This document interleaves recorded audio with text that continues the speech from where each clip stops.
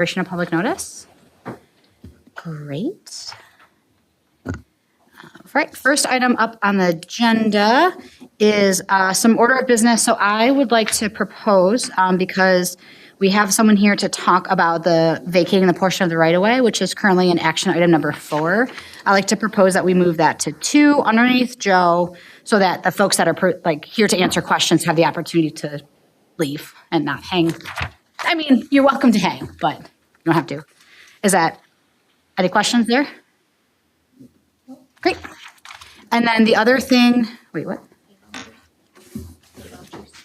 Oh yeah, when we get to the consent agenda, we'll pull it out. Not to discuss, just the Right. Okay. Yeah. To do that now. Nope. So that's order of business. Okay. Next up, consent agenda. So in vouchers payable, which is number 5, there is no vouchers payable for this board meeting. They'll likely be available for the August board meeting. So I need a motion to move number 5 to strike it from the consent agenda. So we're not approving nothing. Seconded. Did you say so moved? Yeah, she said so. okay. Yep, I'll second that. Great. Voice vote. All those in favor say aye. Aye. All those opposed? Ayes have it. Vouchers payable is struck from the consent agenda, which brings us to voting on the consent agenda. Can I get approval for the consent agenda, please? I make a motion to approve the consent agenda. As presented. As Amended. amended. I'll second that. Great. All those in favor say aye. Aye. All those opposed? Ayes have it. Motion carries. All right. Next up is celebration of excellence. Yes. So a year ago, we started having a celebration of excellence so that we could highlight the amazing things that kids and our staff are doing throughout the year. We did take July to take a beat and let everybody have their summer, and thought it would be a good opportunity for us to recognize our donors. So over the course of the year, I think many of us see the donations that come in, but we just wanted to take an opportunity to publicly thank those who made donations, and also recognize we have people that make donations that are anonymous. So names, not all names are listed, but people that wanted, gave us their names are listed here, and we're just incredibly grateful. You can see it's over little over $70,000, which is amazing that people continue to believe in public education, want to support locally. And when I think there's a lot of different entities that are looking for, how they can secure donations, that we're very fortunate to have community members, business, alumni that continue to contribute to our schools. Some of these donations are tagged for very specific things. So they'll say like this goes to the swim club or this goes to the music department. And sometimes it's just general. And so we're just very grateful for that. So just thank you for everybody that does that. And then including to the Elm Grove Education Foundation, our family organizations, and just all of our continued partnerships and supports. We're very thankful for that. Yeah. Any questions or comments? No, but that's amazing. Yes. Yeah, people are great. Awesome. Yeah. Thank you, all Great. those folks. Yeah, thank you for all of our donors. It makes a difference for our youth programming for sure. Absolutely does. Great. All right, next up we have public appearances. We have one public appearance today. Sue Carr is with us. Welcome, Sue. Thank you. Please do it. She'll be keeping your time, so if you see me, give a wave. Yeah. I know. I have to talk very, very quickly. I know. Okay. Hello. I am Sue Carr. I live at 4209 Winnequa Road in Monona. I have 2 adult kids who went all the way through the Monona Grove School District K-12 and had an excellent experience and great teachers. Currently, I'm an early childhood educator at Monona Grove Nursery School, where many of our MG kids attend before starting kindergarten. I'm also part of a monthly radio show on WVMO called Monona Grove Study Hall with the great Elizabeth Cook. If you haven't listened, please do. And I love this district, and I've always been a very big advocate for it and supporter of it. I come here today because of my deep concerns as an educator about the lack of an in-school screen time policy for our youngest learners. I know that there are a lot of concerns about phones in school and about social media in the middle school and high school, but I'm here to talk about 4K through 3rd grade. I've just simply heard too many stories from my friends in both communities about kids doing things on screens that are not developmentally appropriate or necessary. As people who are all engaged in what's good for kids, like we all are, I think we can all acknowledge that especially post-pandemic, our kids are on screens too soon and too much. So I will be following up with an email to you and to our school leadership loaded with information about the detrimental effects of that. But tonight I have a very limited amount of time, so I'm just going to say a few words. A month or so ago, I asked the superintendent about our screen time policy, and she sent me the current language, which includes these phrases. With respect to students, district technology resources afford them the opportunity to acquire skills and knowledge to learn effectively and live productively in a digital world. The board provides students with access to the internet for limited educational purposes only and utilizes online educational services and apps to enhance the instruction delivered to its students. I'd like to share a few anecdotes that I've heard from my friends and colleagues that have kids in the Monona Grove School District now about the ways that screens have been used in our schools in both Monona and Cottage Grove. Sharing these is in no way criticizing teachers who work in a very difficult job for little reward, in my opinion. But I'm not sure that as a whole team, looking at a child's whole day, we are aware about the amount of screens that they are seeing and about all the time that they are spending on a screen. They are not interacting with their friends and practicing those very important skills. From a first grader, we needed to have a sensory break, so we watched a video of someone playing with kinetic sand on our tablets. Then we watched someone blowing bubbles on our tablets. From a parent, when we ask our kid about his day or what he learned, he often says, "The screen taught me yoga. The screen sang happy birthday to a friend. The screen taught me this song." It feels like the screen is doing some of the teaching. They have the TV on after lunch, and I think during snack as well, usually Wild Kratts. When I asked my kid why he wasn't eating his lunch, he said that kids who are done get to watch TV. And since my kids don't get to watch a lot of TV, that is a total motivator for him to skip eating and just be done.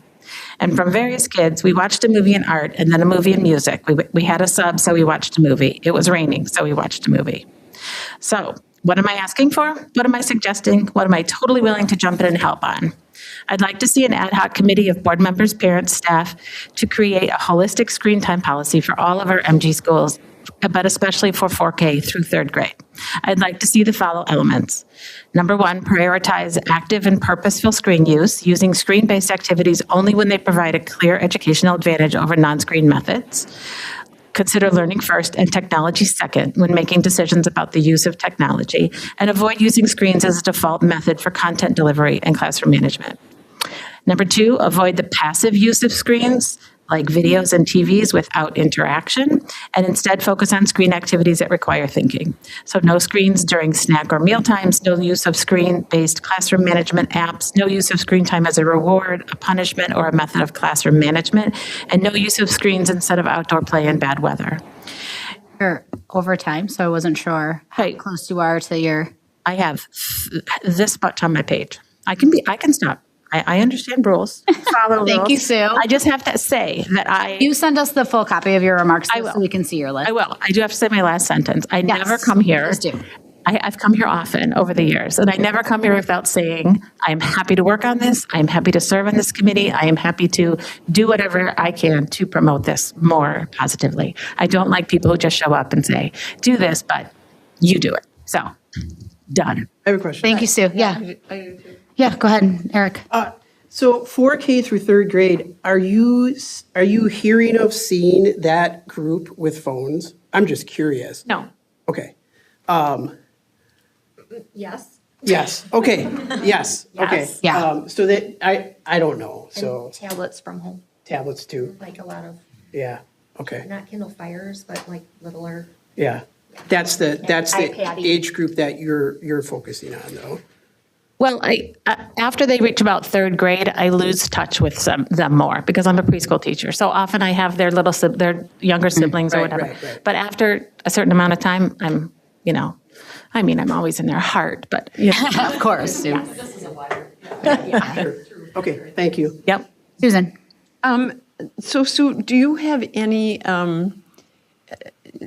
one of the things that's helpful with policy a lot is to either take what we have and show where you would change it and the language that you would use, or find us policies in other school districts that do what you would like the policy to do? Because that makes. Well, Susan, I'm smart, but I did steal this from a lot of other school districts. I mean, there are people out there who have policies, and so some of the things I read and didn't read came from other districts. But I can definitely share, more. If the fact that you've already researched that would allow those of us on policy, for instance, if we're looking at that, to start moving. Yeah. I'm really, I think there's a good distinction between what kids have from their homes in terms of phones and tablets and what our schools are doing within the school day, which is really all that you can control. Other questions for Sue? Thank you, Sue. Thank you. Thank you. Right. Moving on to discussion items, we have some policy updates specifically from the Finance and Operations Committee, and these are first readings. Philip, do you want to take us through what we're looking at here? Yeah, so these are predominantly updates recommended by Neola that are related to finance and operations, and these were brought to our most recent F&O committee where we discussed them there. There's really one, we can certainly discuss any of them, but the one that I wanted to draw the board's attention to and suggest discussion on is the PO 6235, which is the fund balance policy. So there's a number of changes here, and there's some options, and you can see that option number one has been pre-selected, which I agree with. I think the committee agreed with, would be the option that we would want to go with. These are the two options offered by Neola. Mm-hmm. But a couple of things that come to mind that I think would be important to get board feedback and discussion around are, one, when you look at the letters of categories, non-spendable fund, restricted fund, committed fund, et cetera, that could be included in our 15% fund balance, I think we need to think about which ones we are comfortable with. And to give you an example of what the committee talked about, all the way down to number E, unassigned fund balance, right? That's the most general category. That's just we've got money reserved, up to the 15% or 15% or more for the purposes stated at the top of the policy, right? Which is the minimizing short-term borrowing, our financial position, et cetera. We were concerned that if we allowed by policy that 15% could be inclusive of committed fund balance, for example, that what we'd be saying is that you could have money that's part of that 15% that's actually already been promised to a project, right? And so what you're doing there is you're saying, let's say we had $15 million, to use a round number, $5 million has been committed to a building project for 2 years from now. That puts the onus on the district that we must make up that 5 before we have to pay that 5 in 2 years. Otherwise, we'll dip our fund balance down. So the committee was, I think, and I'll certainly let Stephanie and Rochelle was not at this meeting, but Stephanie, you can speak for yourself too. I don't want to speak for you, but I think we were certainly leaning towards not having policy allow the fund balance to sort of be used to borrow towards the future with committed funds and restricted funds and assigned funds. The number or letter D, assigned fund is similar, right? Where you say of the 15%, we've actually pre-assigned a portion of it for some purpose beyond just keeping our fund balance at a certain size. So that's one thing. And then the other. Can we pause on that? Yeah. Just because it's complicated. Sure. And so just to see kind of, Stephanie, if you have anything you want to add or if there are questions from the board, and then we can have discussion. And then as a reminder, how we typically do policy is, any feedback on language or those kinds of things we usually do in writing to the committee chair also. So happy to have discussion, and then just let's make sure we're following our typical process for policy. But go ahead, Stephanie. Yeah, no, I think the discussion Phil was talking about is pretty straight on what we were discussing. We've had obviously some issues, and there's a great plan to get us ahead where we need to be. And it gets a little scary to think that perhaps we could be committing things. We don't want to end up back where we were. And so I think it's really important that we look closely at this before just adopting anything that is recommended. And then to be clear, the difference between option 1 and option 2, right? Because that's what we're talking about, correct? Right. So option 1, which is the recommendation of the committee, is that the Fund 10 balance doesn't fall below 15% of the It's a hard preceding, floor on it. Yeah. right? As opposed to option 2, which is at the range within that. Yep. So it gives a range as opposed to that hard Hard number. floor, yeah, exactly. And the recommendation, at least based on your committee conversations, and I suspect recommendation from administration, was to do option one? Correct. No interpretation needed with option one. Yep. Go ahead, Janice. So then is all the stuff in like dark green that's black lettering, fund balances will be reported in all the categories, is that all still included? No, we're Not suggesting we would remove some of those. So what we would basically say is our 15% fund balance can only include funds of these categories, right? It's E is the only one that absolutely has to stay, right? We have to have unassigned dollars in there. But what I think we're recommending is we consider not allowing assigned or committed dollars. We don't want to say we have this 15% reserve and 5 million of it is actually committed to replacing a roof at a building. That feels a little bit like, well, do we really have a 15% fund balance then? Or do we sort of have a 15% fund balance, right? I will just name, I agree, that logic makes sense to me around committed funds because you've already committed them, right? They're earmarked to go towards a thing. I think the idea of assigned funds to me still feels a little squishy, where you have the opportunity to go, hey, we thought we were going to do this thing or do this project, and you know what? Now we're relooking at it, our priorities have shifted, and so we're sort of going to reassign that to something else. That feels still like an appropriate use of like considering in our fund balance for that from me, but I 100% agree on the committed funds aspect of it. The question back to you on that is, would we ever want the board to use fund balance to fund something, right? In other words, if we had exactly 15%, would we ever want to say, let's take 3% out of fund balance or, $3 million out of fund balance and assign it to that thing? Or would we rather say, we got to raise $3 million beyond the 15%? Yeah, I hear what you're saying, and I think it's an interesting thought experiment, and kind of, I need to sit and chew on it, right? This is why we have first reading and second reading. Yeah. I think my initial kind of gut reaction to that is, in an emergent situation, right? Like the example of we get hail damage on a roof and we need a roof in order for the kids to come to school. I think there's a luxury of time that comes with fundraising that you don't have in an emergency situation, and I would consider that like, it wasn't committed because we didn't know what was going to happen, right? And so we still want to be able to draw down from. I mean, part of why you have a fund balance and savings is for those emergency pieces. And so, like I said, I'll chew on it some more, Philip, because I appreciate that. It's like a really good thought experiment, but that's the initial reaction that I have to that question. Go ahead, Rochelle. Balance off of your possible hail damage roof too, like, I don't know what the turnaround for insurance is, but even like in situations like that, are you able to pull from that temporary while you're getting reimbursed? Like for cost recovery. Mm-hmm.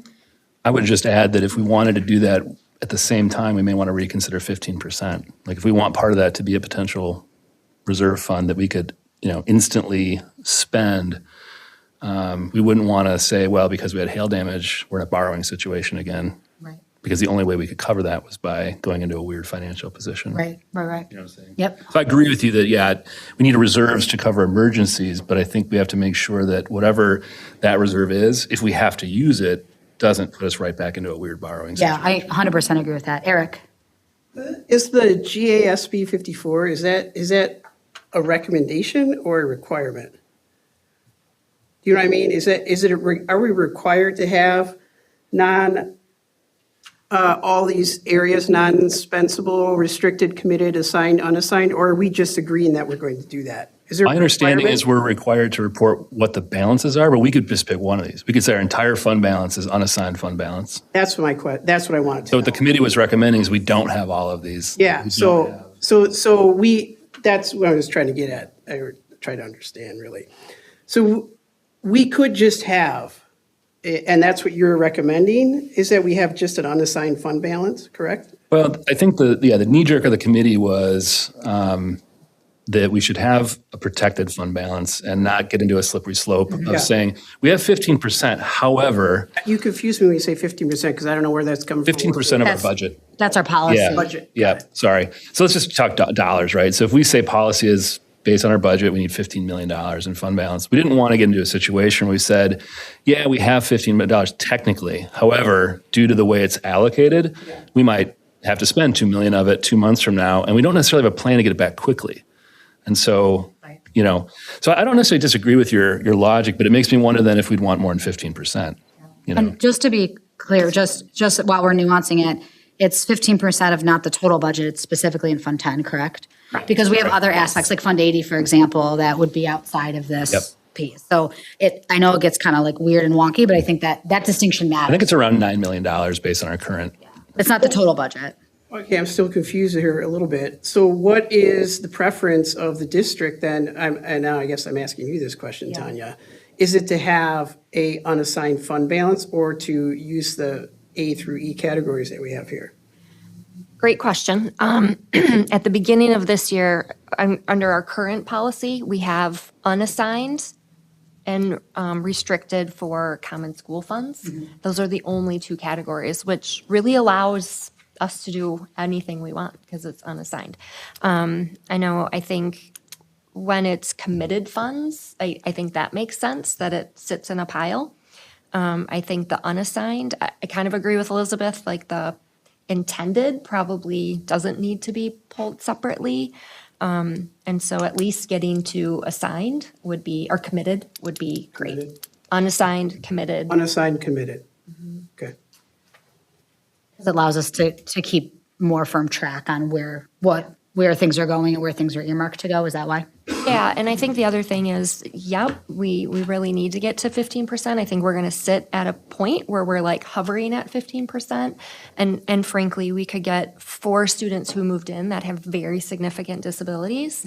And our Fund 10 transfer ends up being Right, too high. significant. And that's where we have to take that money from because we don't have any other money. So As a reminder, Stephanie, just in case you forgot, Fund 30 is our special education fund, and we always have to, 27, thank you. We always have to cover the cost of that, whatever isn't paid through federal and state dollars through our general aid.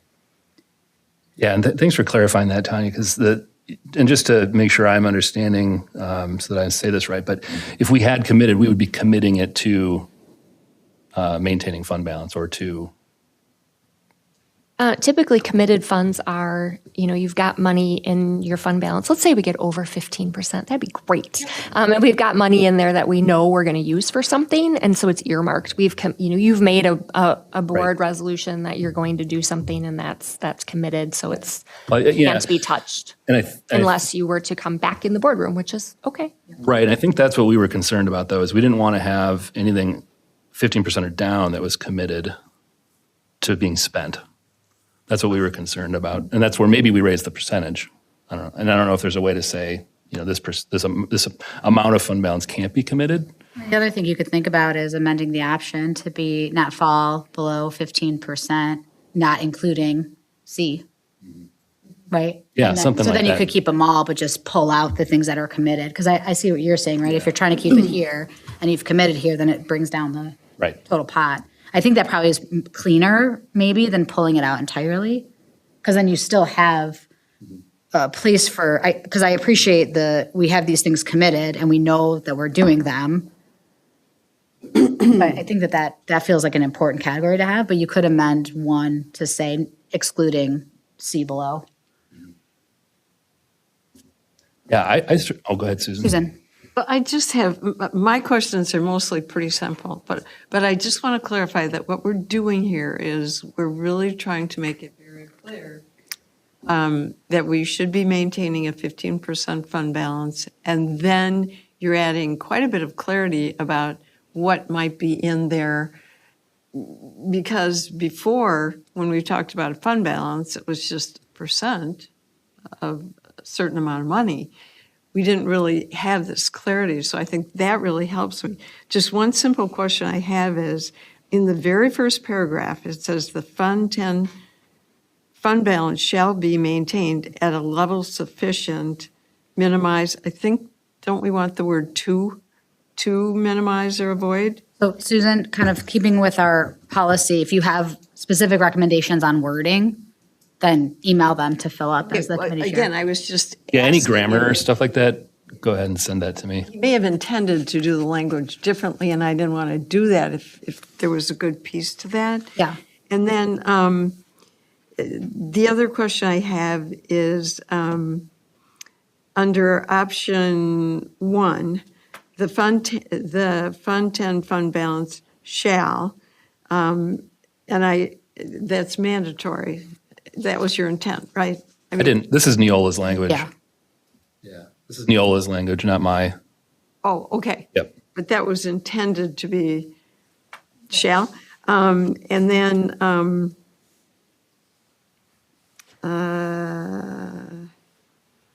there was another shall. Oh, I know.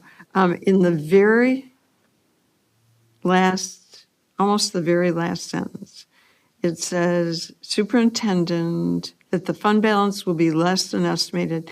The superintendent will bring forward for board consideration recommendations that will protect the fund balances. Such recommendations shall be, I guess, just gut feel, and it'd be nice to know what the other policy people feel. I might change, at least have a discussion. I'd be interested in what your committee thought about a discussion about changing that will to shall. It mandates that they bring that information. If it says will, it's a consideration.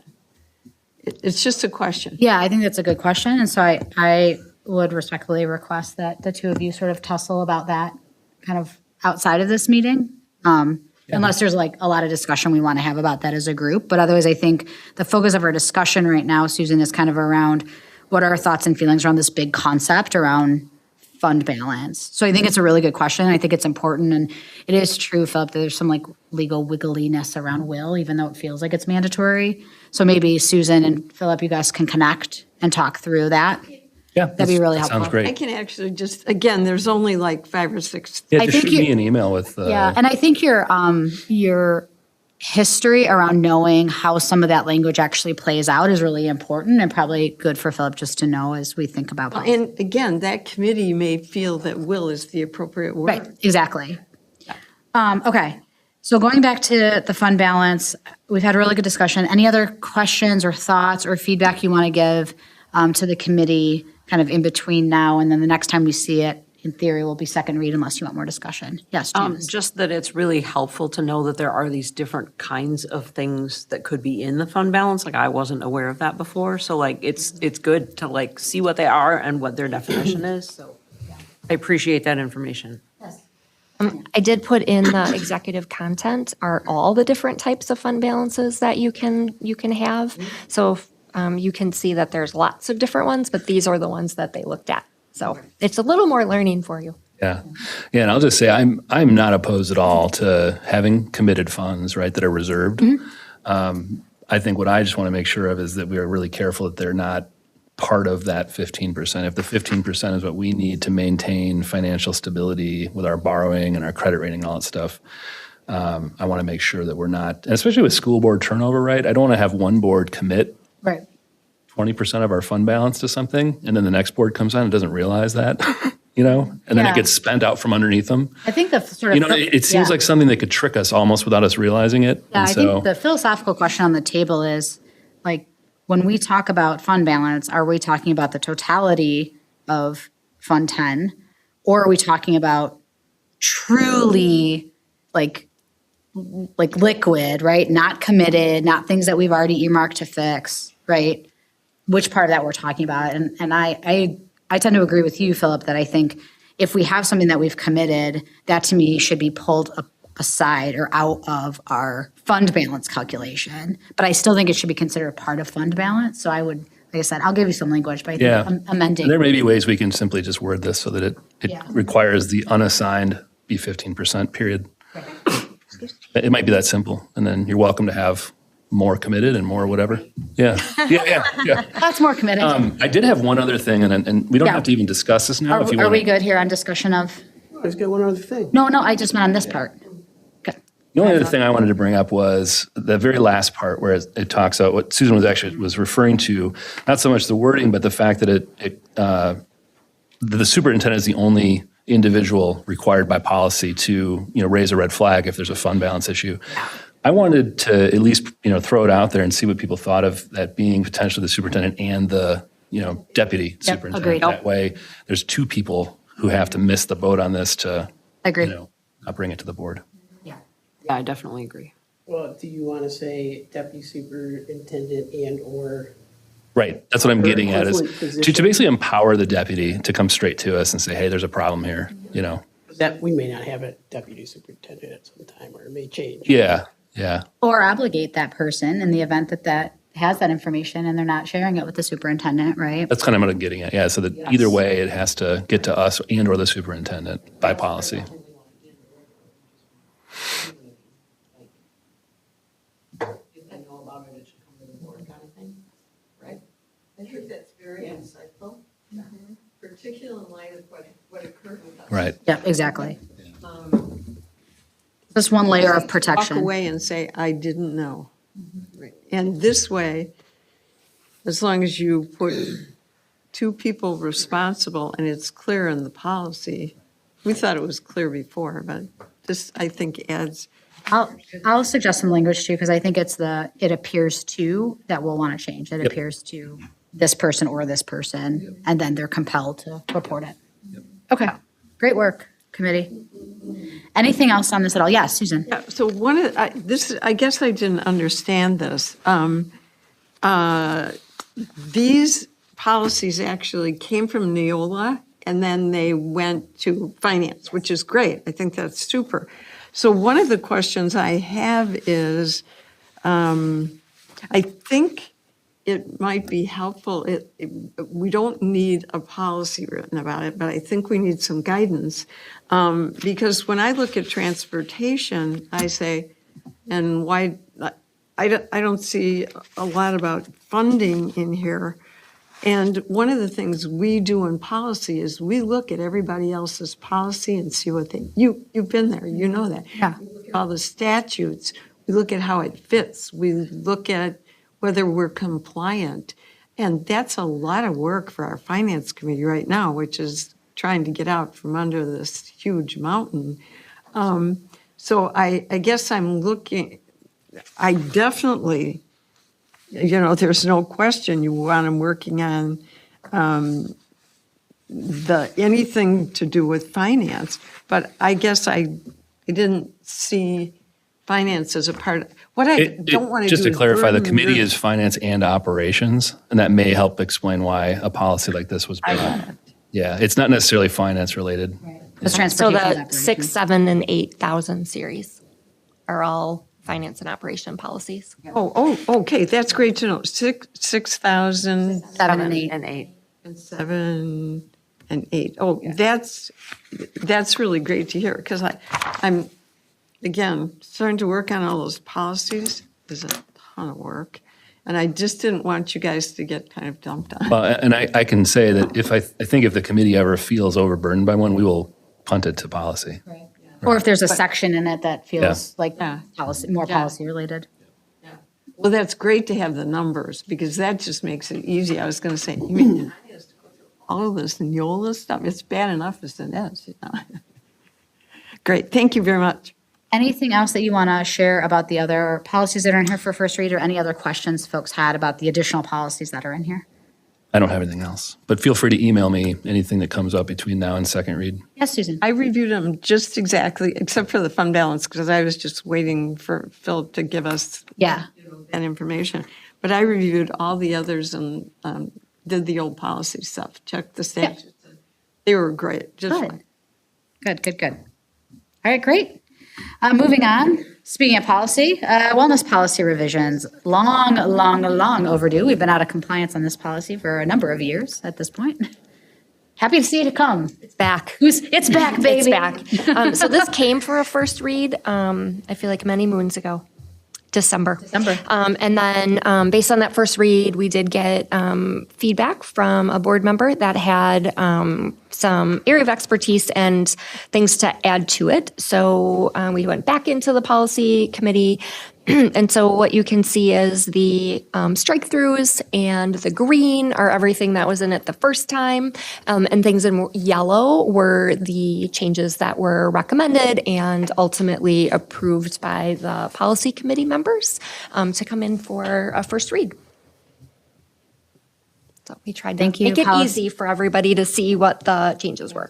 And we really appreciate the color coding. I'll just say that Ish. again. It's really you, Tish. great. So again, my impression from the previous board position, because we received nothing else in writing, we're coming just to those changes, that we're, again, what's a little confusing about this is you're still seeing all the changes. And we already did first read on this. And the only response we had from a board member was one board member.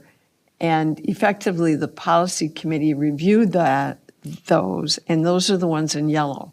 So the only thing you really need to be looking at today is yellow. What about the strike-throughs? Those, you've already looked at those. What if I want to ask a question about that again? Yeah, you can. Yes. Technically. Technically, I don't after care. First read, technically after, well, you can ask the questions. I sure can. After, I have a question. So the lunches, just, What page are you on, Eric? Just so we can- it's a long policy. 11 pages. I think 4, maybe 4 or 5. Just with the times and the lunches, do we take those out because we just don't want to, times change all the time? Is that why? Yeah, there's a ton of things that are in here that are things you could have. Yeah. And so we tried to be really clear on let's try to pare it down and get into compliance and then actually be doing the things and then come back with those Got it. recommendations. So we're taking those out and then maybe come back. But there is, am I right that there's nothing in here that has a time, a minimum amount of time for lunch? I didn't see it, but I might have missed it.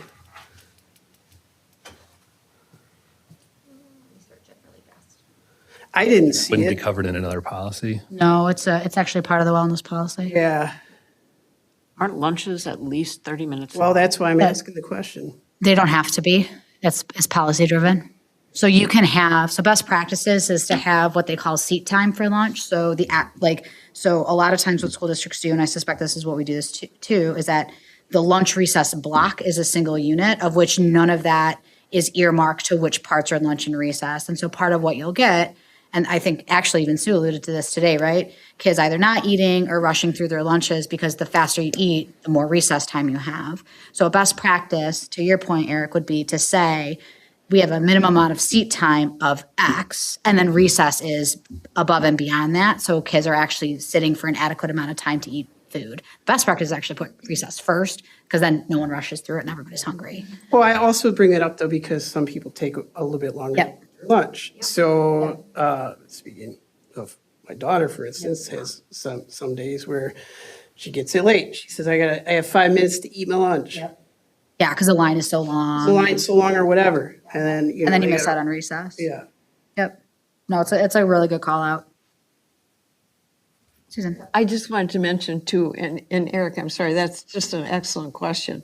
The policy committee, basically that reviewed this by the time this came to us, this took, would you say almost a year?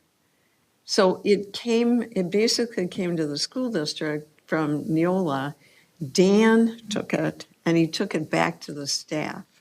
And he had this, so basically the work on this, we did the final review, but the work that was done on this particular policy was done by staff. Staff and board. There was quite a bit of it from a compliance perspective that needed to be amended and changed. Right, but I just wanted to make it clear that the major work on the wellness concept was, Yeah, I think the seat time question is an important one though, and I don't know, Tanya, if that came up in discussion. It didn't. I mean, I think we historically have, well, two things, recess and lunch is mostly driven by what teachers need as their 30-minute duty-free lunch.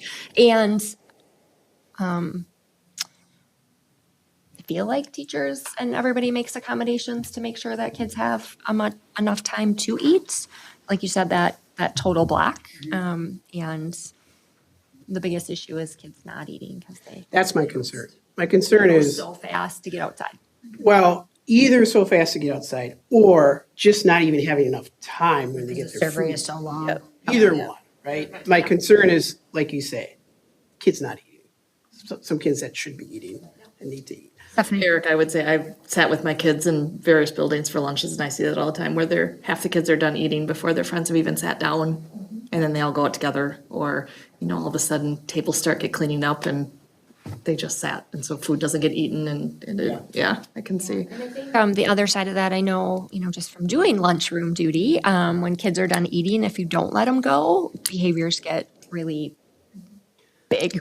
I don't have a problem with kids eating fast and going outside. That's, it is. That's really not my concern, to be honest with you.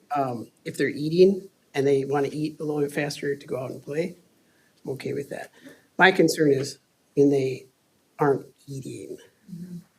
Whether they're not eating to go outside or whether they're not eating, I guess, just because of the time frame. So I just think it's something to maybe take a closer look at. Yeah, I know most of the buildings have like the first 10 minutes, nobody can leave. I don't quote me on that exact time. Yeah, I know, sure. But that's typically what it looks like. I know you spend a lot of time in the lunchroom too. One thing, and it does bring up what our guest speaker had today, there's been several times when I see kids there's TVs in the lunchroom and they are watching what's on the TV and they're not eating. So I've had to even tell my kid, eat your food, like stop watching the television and eat your food. And so there are distractions, multiple distractions, behavioral distractions, televisions, announcements that are being made and that people have to be quiet and listen to announcements. And so there's a lot of distractions that are keeping kids potentially from focusing on just eat. Yeah, I wonder if, because I think there's a couple of things, right? So, seat time policy solves a problem, but it doesn't solve like I'm distracted by a TV problem, right? Or it doesn't solve the survey is really long and I can't get through it problem, right? It solves a really specific type of problem. So I wonder if we could maybe think, Tanya, about asking Maggie to check in with her staff, particularly kind of for the first, quarter of the school year, to say like, what does it really look like and how do we make sure that we're maximizing on kids eating? Because kids eating too fast also can be a problem because then they're eating the snack that they've got to get out of there as opposed to having, particularly kids that are bringing potentially lunch from home, right? Like you're not like guaranteed to have a full, like at least the idea of a comprehensive, well-balanced meal. So it's a problem on both sides, but some of these things that you all are naming are problems that are a system problem that we can fix that a policy change around seat time won't fix. Yeah. Yeah, this all seems like a really relevant thing to figure out. I'm wondering if it makes sense to get this policy through, since we are so far to compliance, but commit as a board that we're going to, turn right around and address it.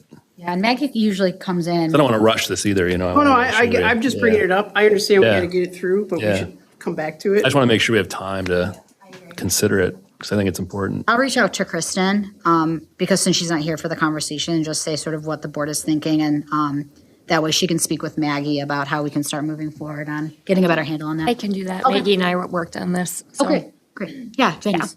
And I think when we have that discussion, I don't need it right now, but like for next year, what are the lunch periods at all the schools? How long are they? What is the structure of, how are they structured? I know at GDS sometimes, at least one year, it was like, okay, half of seventh grade goes outside first, the other half eats first. Like, what does it look like? So when we have this conversation, like we understand what it looks like in the school.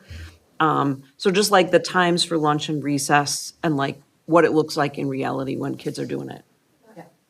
That's a really good point because there's so many moving parts that it's easy to say, well, this should be happening. But when you have all the considerations and the time frame you have to fit even that lunchtime in, and it's good to see the big picture to know how to best address it, I think.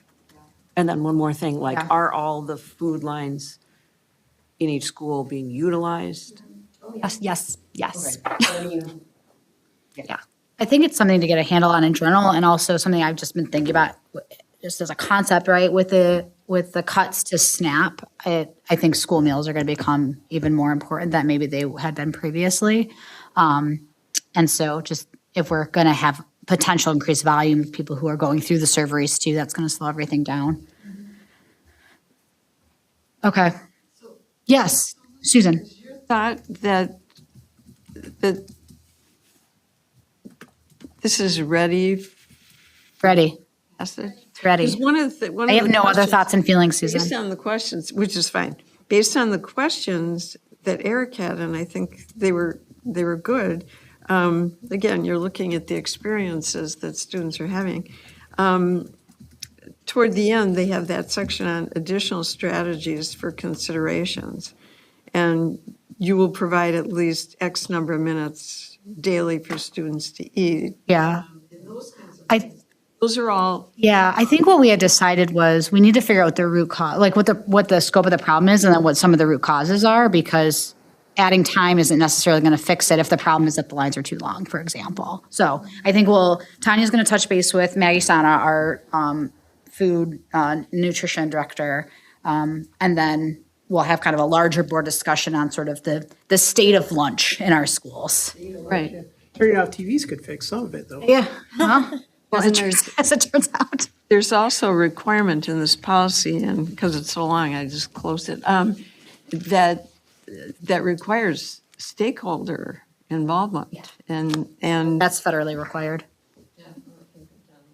No, we're. All right, great. Anything else on the wellness policy? Thank you very much, policy committee, for working on this one. It is a bear of a policy. And I know that I had some pretty wonky feedback, so appreciate it. All right, Joe, you are up. So action item H1, student and parent athletic handbooks. So as Joe's making his way up here, just as a We're gonna do setup, four first. we I said 4 after, Joe. said Oh, I'm after. sorry. Okay.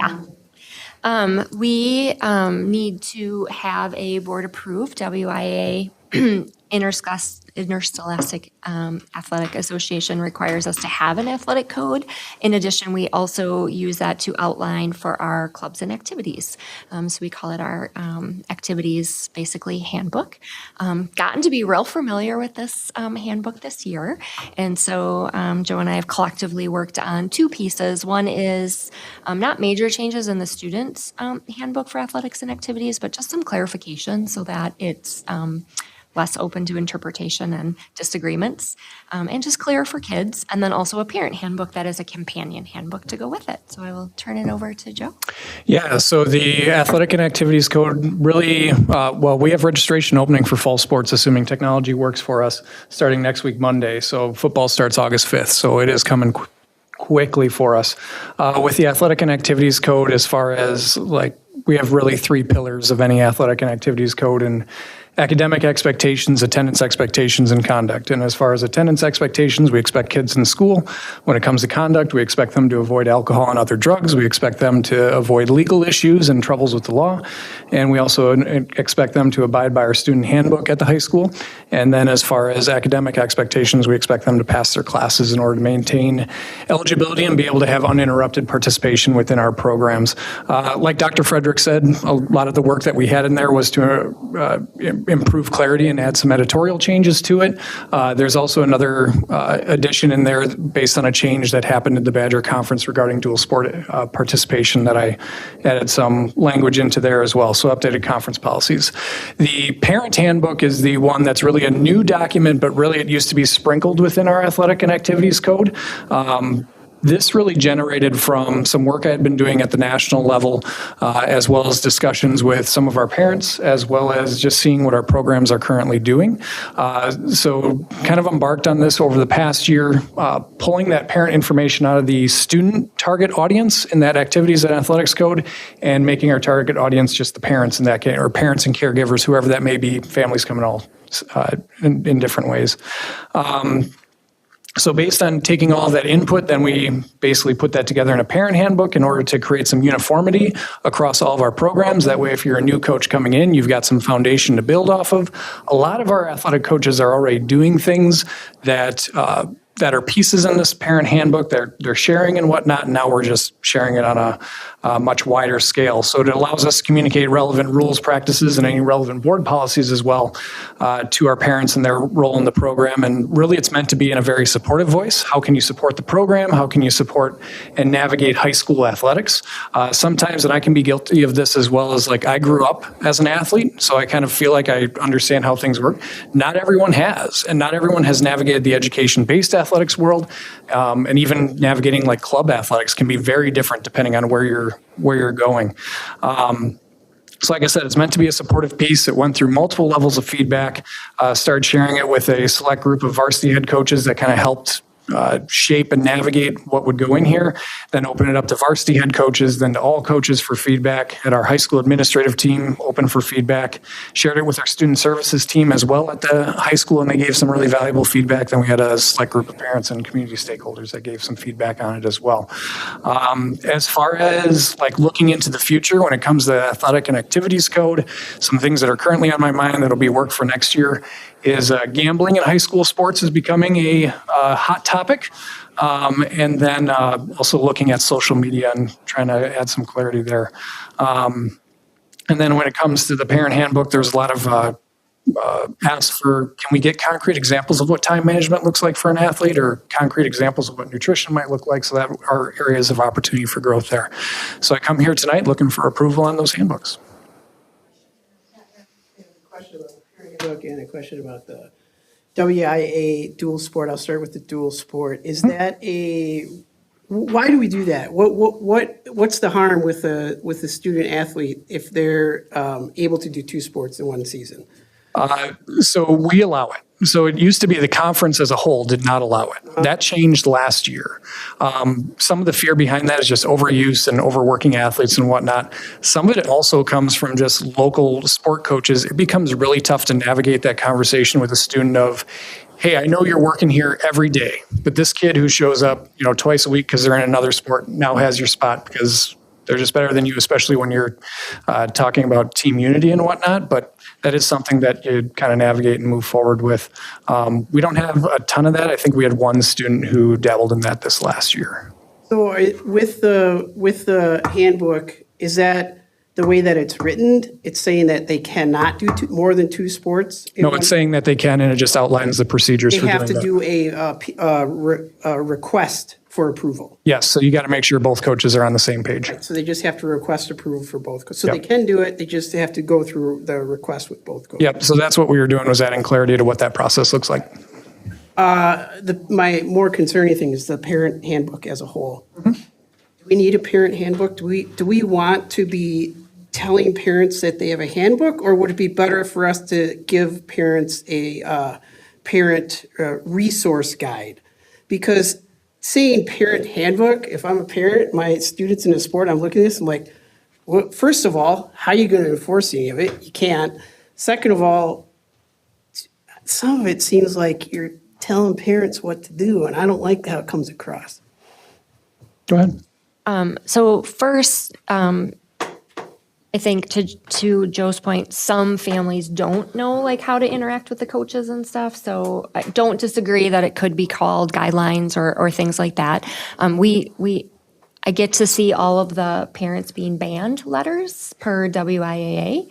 And there was some real interesting one this year. So when we talk about like, how are we being clear about expectations? Because when Joe has to meet with the family and tell them the fan that they are banned from attending a sporting event because of their behavior, we have to have something that says like, here's what the expected is. And if you don't meet those expectations, like you can't be here. Well, forgive me, for I have not coached in a while, but I did coach for like 20 years at the high school level, including here, before I was on the board and while I was on the board. I don't remember having that many problems. Are we having that many problems with parents now? I mean, we had 3 ejections within a month from Which off our sport? premises. Hockey. Is it one sport that's causing more problems than the other? I mean, it depends on the year, but we've had it in multiple different sports. And it also, the venue tends to matter as well. I mean, football, it's really hard to hear anything that's going on, but we had quite a few issues when we went to Sun Prairie last year. If you know how that field is set up, you're really close to the field, so it's a little bit easier to interact with on the field. Basketball's another one that can get you're in such close proximity. So it can kind of vary based on the environment as well. I guess I would feel better if it wasn't a handbook, if we thought of a more like guidelines for. guidelines For- or help, more of helpful language, Yeah. you know, even just like as as we say. Resource, yeah, something like that. Hold on a second. Yeah, do you have a question? Because Philip, you had your hand up at some point. Right? Is it related to this? Because I think there's a couple of ping pong around. Not this Eric's. Okay, so let's kind of wrap up this and I've then, got just a quick question with this. yeah, but I think Susan or Stephanie was before you. Okay. Real quick, do we have anything in place where student athletes, parents or adults have to sign and acknowledge that they are going to adhere to the expectations that they've received them, they acknowledge them, they know that this is the expectation and that there's consequences if they don't? So it's part of the registration process. So anytime you register for a WIA athletic, one of the things that's also required is you have to have parents sign off on all of that. The thing with attending like WIA or interscholastic events, they're all privileges. So when you come to those events, you are basically passively agreeing to all of the policies that are in place by the WIA. It's a privilege to be there, not a parent's right. So, Passively enough, do we need? well, from a state perspective, you got to follow their rules if you're going to be at that event. By putting this in our handbook, we're being a lot more direct with that communication. Yep, and and when the students do sign up in high school, you go through and you click, I don't know if you've had to Not do far this. yet. Okay, yeah, that's what I thought. And the students have to sign off, I think, on their Chromebooks too with their Yeah, through email, Infinite their Campus, school yeah. email. So this, if that's what you also have them for the parents to do as the parents are doing their portion, I think it will be pretty seamless. And then it's also available for parents to go back and look at and have as a resource. So I think it's a good call. Yeah, I mean, I like the fact that we have a parent companion piece. I agree that I think there's a balance between how you talk to adults versus how you talk to kids, right? And so thinking about softening the language around that. It does not feel that much different to me than when you're in like a club athletic and you're required as a parent to sign, you and your youth athlete or just decide to do that. I don't know what is like the actual numbers, Eric, around like parents, but I will say I have noticed over the last 5 years especially, the more arenas that I'm in, like soccer fields and hockey fields, like there's all of a sudden this like explosion of signage reminding people that like it's a game with like graphic images of grown-ups yelling at referees kind of stuff. And so I've really noticed an uptick in the signage in the last 5 years at like various venues. So it makes me feel like even if it's just they're only playing up because of one or two people, it's clearly enough of a problem where. Wasn't there a problem with refs? Were we having a that hard won't time? ref. Yeah, it's still happening. that was That's last that's the year. majority. Yeah, Yeah, I so mean, Widespread. yeah, and Club sports, you can't get refs. Go ahead, Janice. I heard you talk about all the people who this was shared with, and it's the athletic and activities code, and you mentioned all the like sports coaches. Was this also shared with all of the activities people, like Model UN and the music people and like art club and? so the Athletic and Activities Code has gone through a more comprehensive review with all of those stakeholders a few years ago. With the Athletics and Activities Code piece, the parent handbook was very much more driven WIA standpoint.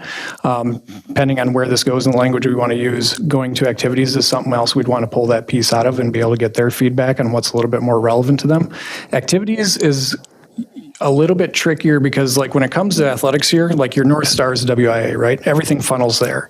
When it comes to all of your activities, everything funnels kind of a different way. The best example I can give you is I was an FBLA advisor for I think a decade.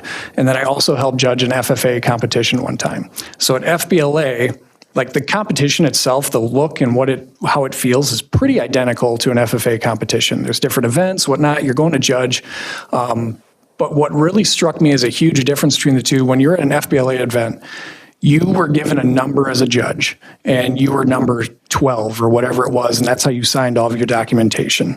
And then when you gave your feedback to the kids, you disappeared. Okay, and the reason is because they didn't want kids being able to find you on social media if you gave them something poor and come back at you in some way. When I judged FFA, they encouraged you after the event to give them the feedback and go have a conversation and build a personal relationship with the kids. So it was just totally different things, even though it looks like we're running the same thing, and that's what makes the activities piece a little bit trickier to give one coherent guidance. I definitely think there's things in here that'll work for activities as well. I don't necessarily know if it needs to be as comprehensive from the athletic realm. So ideally, I'd love to pull that out and just have, this is what we need for activities. That as like an appendix. Yeah, Pull it out of what's here right now? yes. Simplified in some And if ways. I understand you, it's partly the WIA is allowing us to enforce a lot of this, and the WIA does not give us enforcement mechanisms with activities, is what you're saying. They don't know. Yeah, 'cause They we have don't the have anything to governing do with body it, over. yeah. It's really us. Like solo ensemble is WSMA. Yep. Has its own rules. Yeah, yeah. Okay. So. Yeah, go ahead, so Janice. The question though was like, so this really is just about sports and not the activities. Parent is just about sports, and even from the athletic and activities code, what we're here for is the WIA registration that we're starting next week, really. And I think clarifying, in the past, you've run this through lots of different groups, not just the sports, but also the Music activities and whatnot, yeah. And the changes that are to the student handbook are real clarifications around dual sports, which is WIA, and the other clarification is around self-referrals for students when they make a poor choice because they're kids and they make poor choices. There's really not any changes in there. The handbook for staff or for families would be the different one, which I think we could call like a partnership guide. I love Good, it. and I do want to add a piece of clarification here with the parent handbook. I don't want to say that that this parent handbook is just punitive and you guys are being terrible spectators. We have a lot of great spectators in our community and a lot of great supportive parents. Like even the ejections and whatnot that we're talking about are few and far between. And a lot of times when I talk to them, they're good, hardworking people that had a bad moment. Yeah. So like that's not the genesis of this, and I don't want to come off like, oh, we're being terrible here, but we do want to add clarity and communication to our steps and processes, as well as I talked to a lot of parents this past year that literally did not know how to navigate certain situations within athletics, and just helping give them guidance as far as, well, you know, this is when you can talk to the coach, this is an appropriate means to reach out, this is what it looks like. I understand that. As a parent, I would throw this in the trash if I saw it. Would you like an engagement guide? Well, can I interest you in a partnership guide? Throw that in the trash. I think Eric's now in charge of naming it. Yeah. No, Doesn't have kids that have done this before. It's a great place to look at it real fast and get all the information real fast. Now, I might not read it every single year, and I might throw it in the trash after I've read it, but, I mean, it talks about the buses and what the expectations are and The philosophy of the programming. just what the guidelines, and so I would definitely skim it real fast to see if there's anything that And stands out that I should I'm going to know. be honest with you. I think the time that I've been on the board, one of my big swan songs is that we have a huge family engagement problem here, like across the board, right? We don't engage our families very effectively.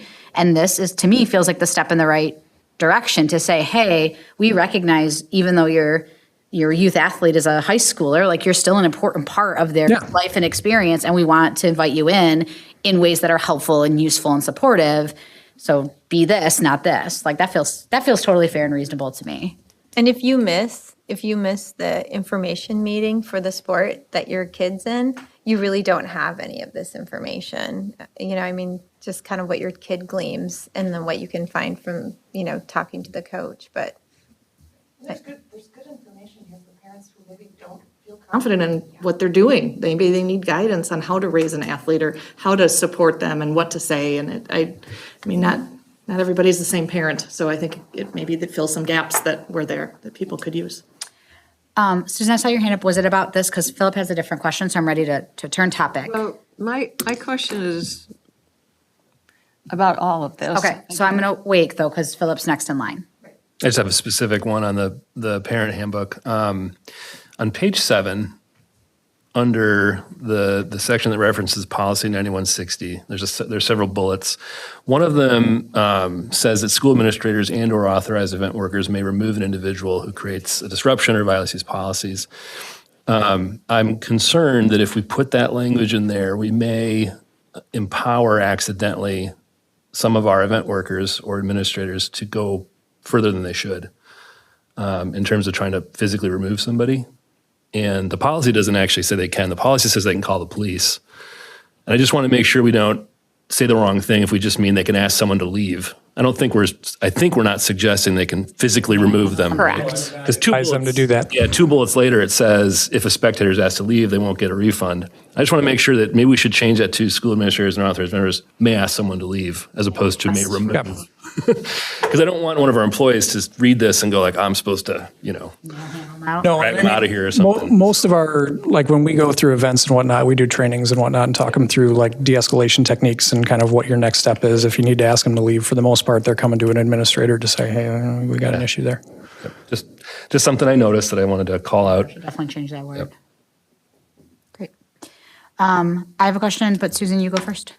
Well, I guess my very first question is, on the very first page of the Athletic and Activities Code, it says last revised July 3rd, 2025.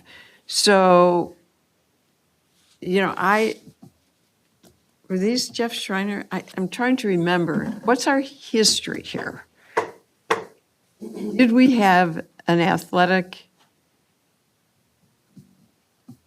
I thought originally these were separated. Which part, Susan? Athletic and activities? The athletic code and an activities code. No, when I started here, they were all encompassed in one document.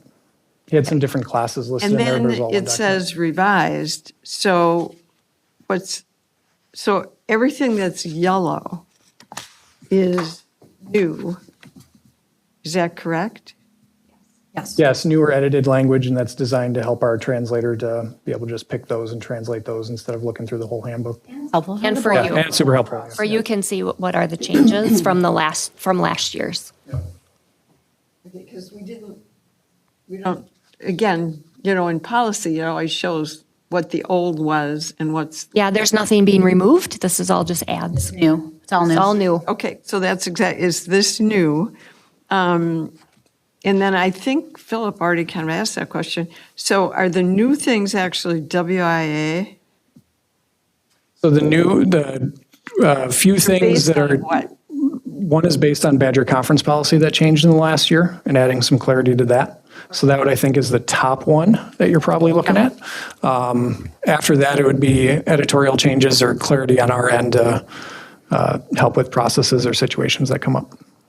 So we've had some families this year, Susan, who, because of how the previous self-referral language was written, for example, sort of struggled navigating that. And so like the self-referral language is clarity around to make sure that the language, my understanding, Joe, so correct me if I'm wrong, but so the language in the handbook matches the process that actually happens and occurs. But prior to that, it wasn't quite as clear as it is now. So it's like experience and process changes. So basically, these changes, so the new language here on our participation, did we have language on participation previously that was deleted, or did we have no language on participation, and this is all new? On dual participation, so 2 years ago, we had language on dual participation that the Badger Conference did not allow it. So it was a lot smaller.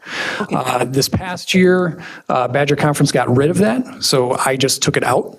And now this year, like looking forward, since we have had some interest in it, we added clarity into that process and what it looks like, so we had some more front-end communication on that. So effectively, it's new. Yeah. And part Similar of to that is self-referral. based on the change in WIA. Similar to self-referral, it's not new. There was a section on that, but it was smaller and it was less detailed than the current section. And and maybe it was just a recommendation way back then, was to separate athletic and activities differently because, so for instance, when you talk about dual participation, it does say sports. That only applies to But- sports. Right, but so by this time, let's say you have a parent that wants to be a volunteer with one of the activity groups. So it's just difficult to put this package together, I think, for a parent with the integration. Yeah, so I think, to me, and this is, I think maybe, Joe, for you to kind of go back and noodle on, I think there's always that balance between sort of the intersection between athletics and activities. And on the one hand, like you had alluded earlier, they're very distinct in what they are. But also, we have a bias, I think, particularly in like school-based athletics and activities, to pay more attention to athletics than we do activities. So I think there's a case to be made for both, Susan. And so what I would ask maybe is that Joe continue to sort of just think about, how do we make sure our content is relevant to all the audiences it needs to be relevant for, while providing like parity for both activities and athletics? Because pulling them apart runs the risk of then athletics then takes off as its own cool, important thing, and the activities handbook never gets dusted off the shelf kind of thing. So I would just say, noodle on that for a while, Joe. Yeah, and I would say I've noodled on that for 5 years. Yeah. And I don't know if I have a perfect, like what the perfect solution is. I did see a handbook a couple weeks ago that I thought navigated that question really well, that I'll be revisiting this upcoming year. Perfect. Was that from a different school district? Yeah. Sauk Prairie. Go ahead, Stephanie. Just real quick, in reading this, and maybe I'm missing it, just for clarity, would it be possible to put dual sport participation under Badger Conference rules instead of just participation? Because really all that text talks about is dual sport, and I would, Yeah, that's if a I'm great idea. looking for that, I think it calls Plus that out general specifically versus just participation. Yeah, that's a good idea. And I could find it easier if that was what my kid was looking for. Right. Yeah, maybe, again, just titling. Yeah. Because again, to the best of my understanding from what you've been saying, this participation piece does not apply to activities. No, just dual sport. Most students participate in multiple activities. Yeah. But I have one question for you, Joe, and that is the name, image, and likeness pieces that have been coming out of the WIAA. All right, Where- let's go. I have lots of thoughts and feelings about it, but I guess I don't see it reflected here. So I guess I don't know where that sits relative to what needs to be in a handbook or like. Fantastic question. So, Joe, yeah. pride myself in being So constant. there's another piece, like there's a lot of pieces to registration. I wish I could simplify it. I really can't, especially if you want to communicate all the rules that are there. There's also another piece that goes out with registration for athletics, the WIA Athletic Eligibility Bulletin, that covers all the NIL stuff in Okay. it. So there's some aspects where if some, like just based on community and whatnot, that come up a little bit more, it might be addressed in this particular handbook, but for the most part, a lot of the WIA specific ones, separate document Okay. that they're signing off on, because there's a lot there, NIL being a huge piece. And we don't feel that we feel like it's covered enough to be separate as opposed to being referenced or self-referenced in here. I don't know how big it's going to be. It's very bizarre. So most, at least from our exploration the last so many years or whatnot, you're seeing like less than 1% of kids that are really engaging in true NIL deals. So, I mean, we'll see. At the same rate, like the language that's at the state association, we really can't have anything to do with it. So unless it's referencing their school participation, their school, the WIA or conference in some way, like that's kind of their deal, and there's other things to it, but ultimately it's theirs to manage, not ours. Okay, that's helpful. Yes, And at this point, legal counsel has been very clear to the districts, exactly that. It's not an us thing. Okay. And so the more we don't engage in it, that it's between them and the athlete. Yeah. Love it. Go ahead, Eric. Joe, you said that you were going to pull something out or separate something. Were you referring to the activities and the athletics, or what were you referring to? Like when I first started talking? Yeah. So the parent aspect is what I pulled out of the athletic and activities code. We used to have a lot of those concepts just Inside sprinkled of inside the code. So that we just pulled out, made its own separate document. But the document, the handbook for the student athletes and activities, there was nothing in there that you are going to separate out. Not at this time, no. Something we'll continue to look at and see if there's a great way to, if someone's got a great way of managing that, then yes. I just wanted Yeah. clarification on that. Yep. I think the other thing too is most of our kids are in athletics, activities, and so having it all together is of ease, of the more likelihood they will actually ever look at it even once. Look at it if they violate something. Well, that's when it becomes, Oh, I didn't know that. Yes, Susan. I really appreciate that you're looking at this. I mean, now that it's up in front of us, and I haven't really looked at this since Mr. Schreiner was here, but it's really interesting. You look at school attendance, and let's say you had a student that was required to go to a clinic for a blood draw that particular day, and then came back to school. Yeah, anything that's Specifically says that to be able to participate, that go beyond the school day, they must be in attendance for the full school day. That's how we define full school day also. Yeah, there are certain things that are exempt from Is that those. language in here? That's in all of our attendance stuff. So anytime a child goes for a medical appointment, Then what we're giving them are two different approaches. Okay, because this says very specifically, that's why I'm thinking this just needs some administrative review, I think. Paragraph 4 in that section that you're looking at states exceptions are made if a student has a medical note from the provider on final excusing them for the appointment. Pardon me? It's in the, Yeah, it's underneath that, yeah. so if you scroll down, it says exceptions are made. It's the 4th paragraph, Susan, about medical notes for the provider.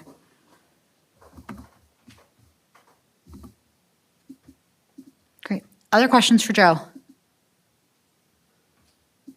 No, it needs work. Yeah, Eric. Policy in me is just going, I mean, I don't know how people are going to vote, but I'm not in support of the handbook. I would support the athletic activity. I know you put a lot of work into it, so I don't want to hold things up.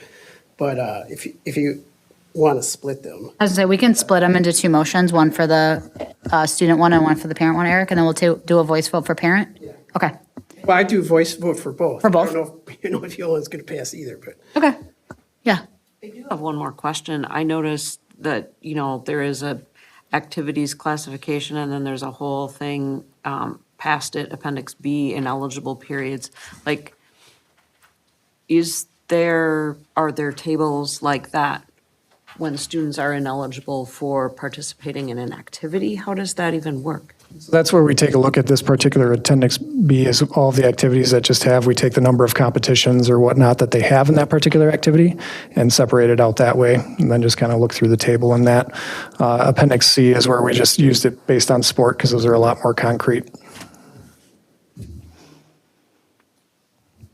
Yes, you may, Tanya. so the student handbook is purposely not written in policy language because we need kids to read it and understand it. So you got to read this like you're a 14-year-old boy, right? Or like, which I right? had 3. Yeah, and so absolutely. I get that. And so because- we want them to understand it. I think it still can be confusing for them, but we do try to make it in as simple as possible. I think that's exactly what my point was, is that you make a very clear statement that you cannot do this, and if you do, it's not allowed. Then you go down here and it says, well, it might be allowed if you do this, Again, For the self-referral part? No, I'm for, struggling attendance. with is the way it's, right now, the way it's written lacks, particularly, I would say for parents, good clarity. But I haven't sat down and spent 6 hours reading this line by line, which is,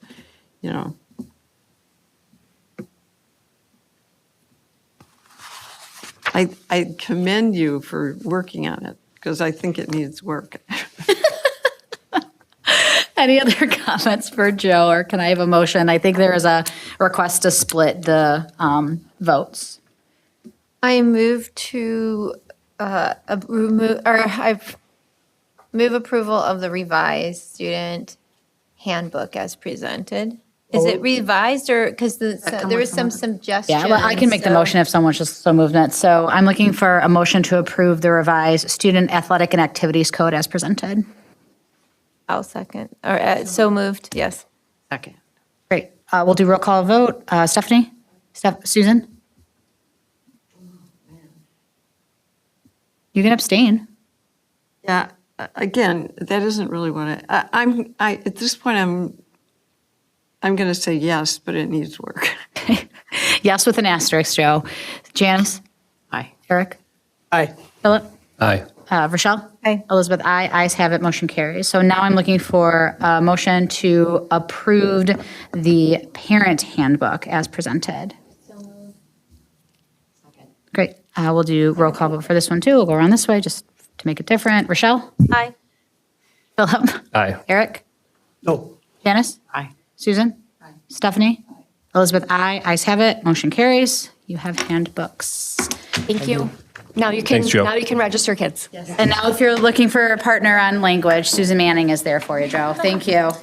All right, per our order of business earlier, we moved 4-1, which means now we're going to talk about the petition to vacate a portion of right-of-way. Yeah, so as you know, there's a development that is going in, and there is a right-of-way that we currently would like to support the petition to vacate that portion of Fundamental Way. In the attachment, you can see there's a lot of information, but if you go all the way to the back, it will show what we're actually speaking of. So if you. Well, can I wait before you go? Because we have a guest at the table, so would you mind introducing yourself? Sorry. Nope, that's fine. I'm Robert wanna be Proctor. friendly. I'm the attorney for the developer that's vacating Fundamental Road. Also a Monona resident with 4 Monona Grove students, a graduated daughter, and 2 at the high school and 1 at Glacial Drumlin. Well, how do you feel about the parent handbook? Do you want it to be called a partnership guide? In order. Yeah, right. Wrong topic. Welcome. Never read it. All right. Go ahead. Well, go ahead. You can talk about why you're vacating it. Yeah, I'm happy to. So just to, so you know where everything is, to the east or our right would be Glacial Drumlin School, and to the north would be the newer school, Granite Ridge School. And where that line is, where the road right-of-way stops, is the school district's property. Nope, all the way up to the top. Okay, nope, that's fine.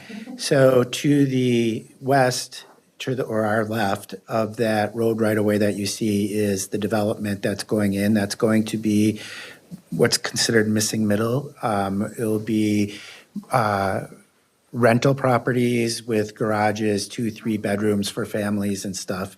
Pretty large development. To the right is the library property of the dislocated, or the part to be vacated, and just to the south is that little dental clinic. And what a road right-of-way is a road right-of-way is usually it's 66 feet, I think this one is where the city has the right, or the village in this case, to put the road, the sidewalks. Usually the road and the sidewalks are less than the road right-of-way. It's wider and you can put utilities and so forth in there. When they did the comprehensive plan in Cottage Grove, they reserved the right to have this fundamental way go all the way through as if it was going to be built. And then when everything developed around it and the school district obtained the land to the north and you all developed it into the school, you didn't want Fundamental Way to go through and wanted to control the circulation. So now it's a sort of a road to nowhere. And frankly, the developer doesn't want to put it in because we would have to pay to put that in for a road that you won't connect to because you want to control your own circulation.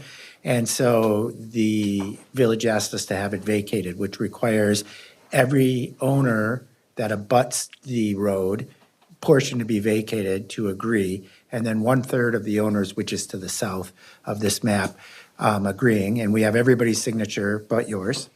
So No far. pressure. No, and so the road will be built to just north of the southern boundary of the library property, and then a private road will go into the development, but it will then no longer exist as a right-of-way there.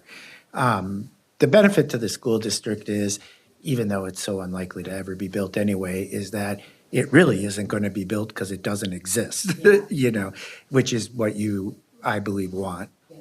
So. Questions? I'm going to move approval of the petition to vacate a portion of right-of-way as presented.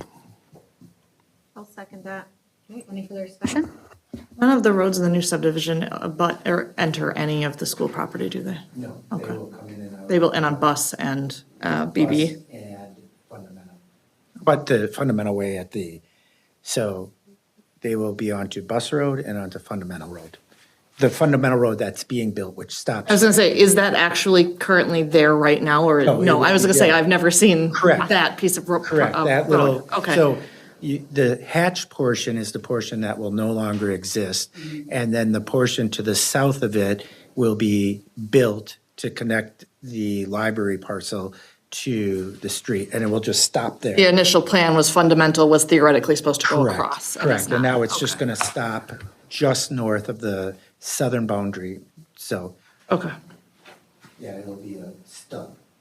So there could be a driveway going into the library or whatever? Correct. Yeah. And a driveway going into the development. And then the development, I believe, also has a driveway going out Bus Road, because they wouldn't want another one on County Highway, BB.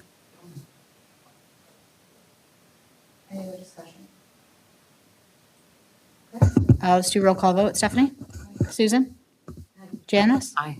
Eric? Aye. Philip? Aye. Rochelle? Aye. Elizabeth, aye. Ayes have it. Motion carries. Thank you. The village would like a copy tomorrow. I don't know how. we Yeah, get it. we'll get it I'll signed sign it tonight, tonight. and then Tish will get it to the village. Perfect. Thank you so much. You all have a wonderful night. Thank I'm going you. to take this microphone one more second. The other problem with gambling is all these kids have their gambling apps. Like, we've caught them, not just gambling on high school sports, but like, Just other things. literally, I don't know how they get DraftKings accounts. But our kids are gambling. There's a will, there's a way. Oh, yeah, exactly. Like, I guess. Yeah. Thank you.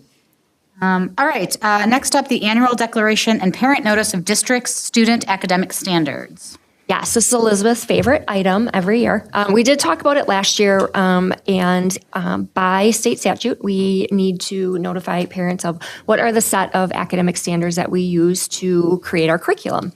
And so you can see that we have a website here. It gives us a listing of what are the content areas and then links to what are the academic standards that we use to develop the curriculum. One of the pieces of process improvement that we're working on is to not just link this to what are the standards, but what's the actual curriculum and what standards is it aligned to. Because if you open these standards, there's thousands of them. And so that's not a lot of clarity to a family about what actually are the standards that we're using, what are the essential questions, what are the units of study, and then the measures of achievement. And so started working on that this year. That is a huge project to have every curriculum area for every grade level have that done. But we're working on it. So my hope would be that by next year we would. Yeah, I mean, we're starting with the 6 through 12 curriculum, and then we'll back down. But if we can get 6 through 12 done by a year from now and have everything publicly available, that would be great.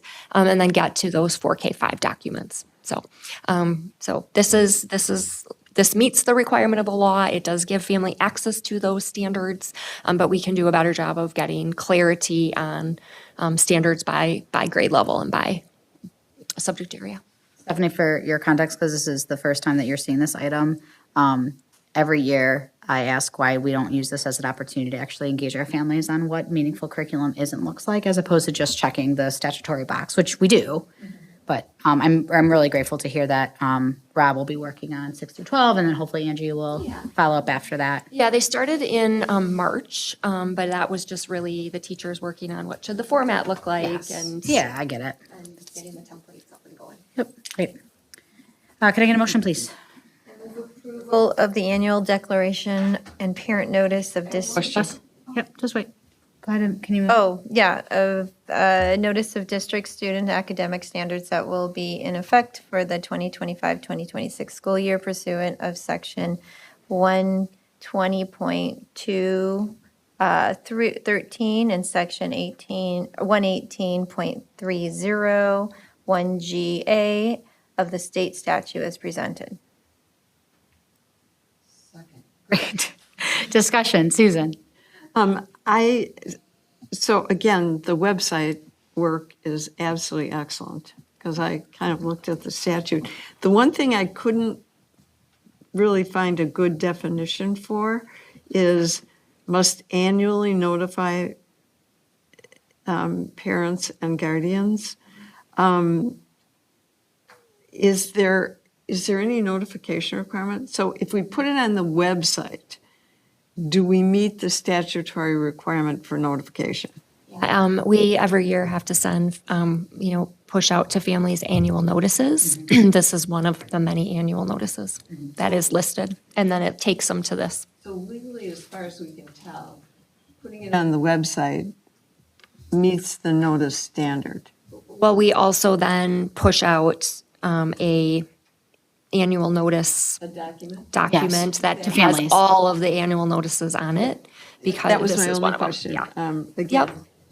do we also send any other type of individual notice? Yep, And the answer is yep. yes. Mhm. It's within all of the required ones.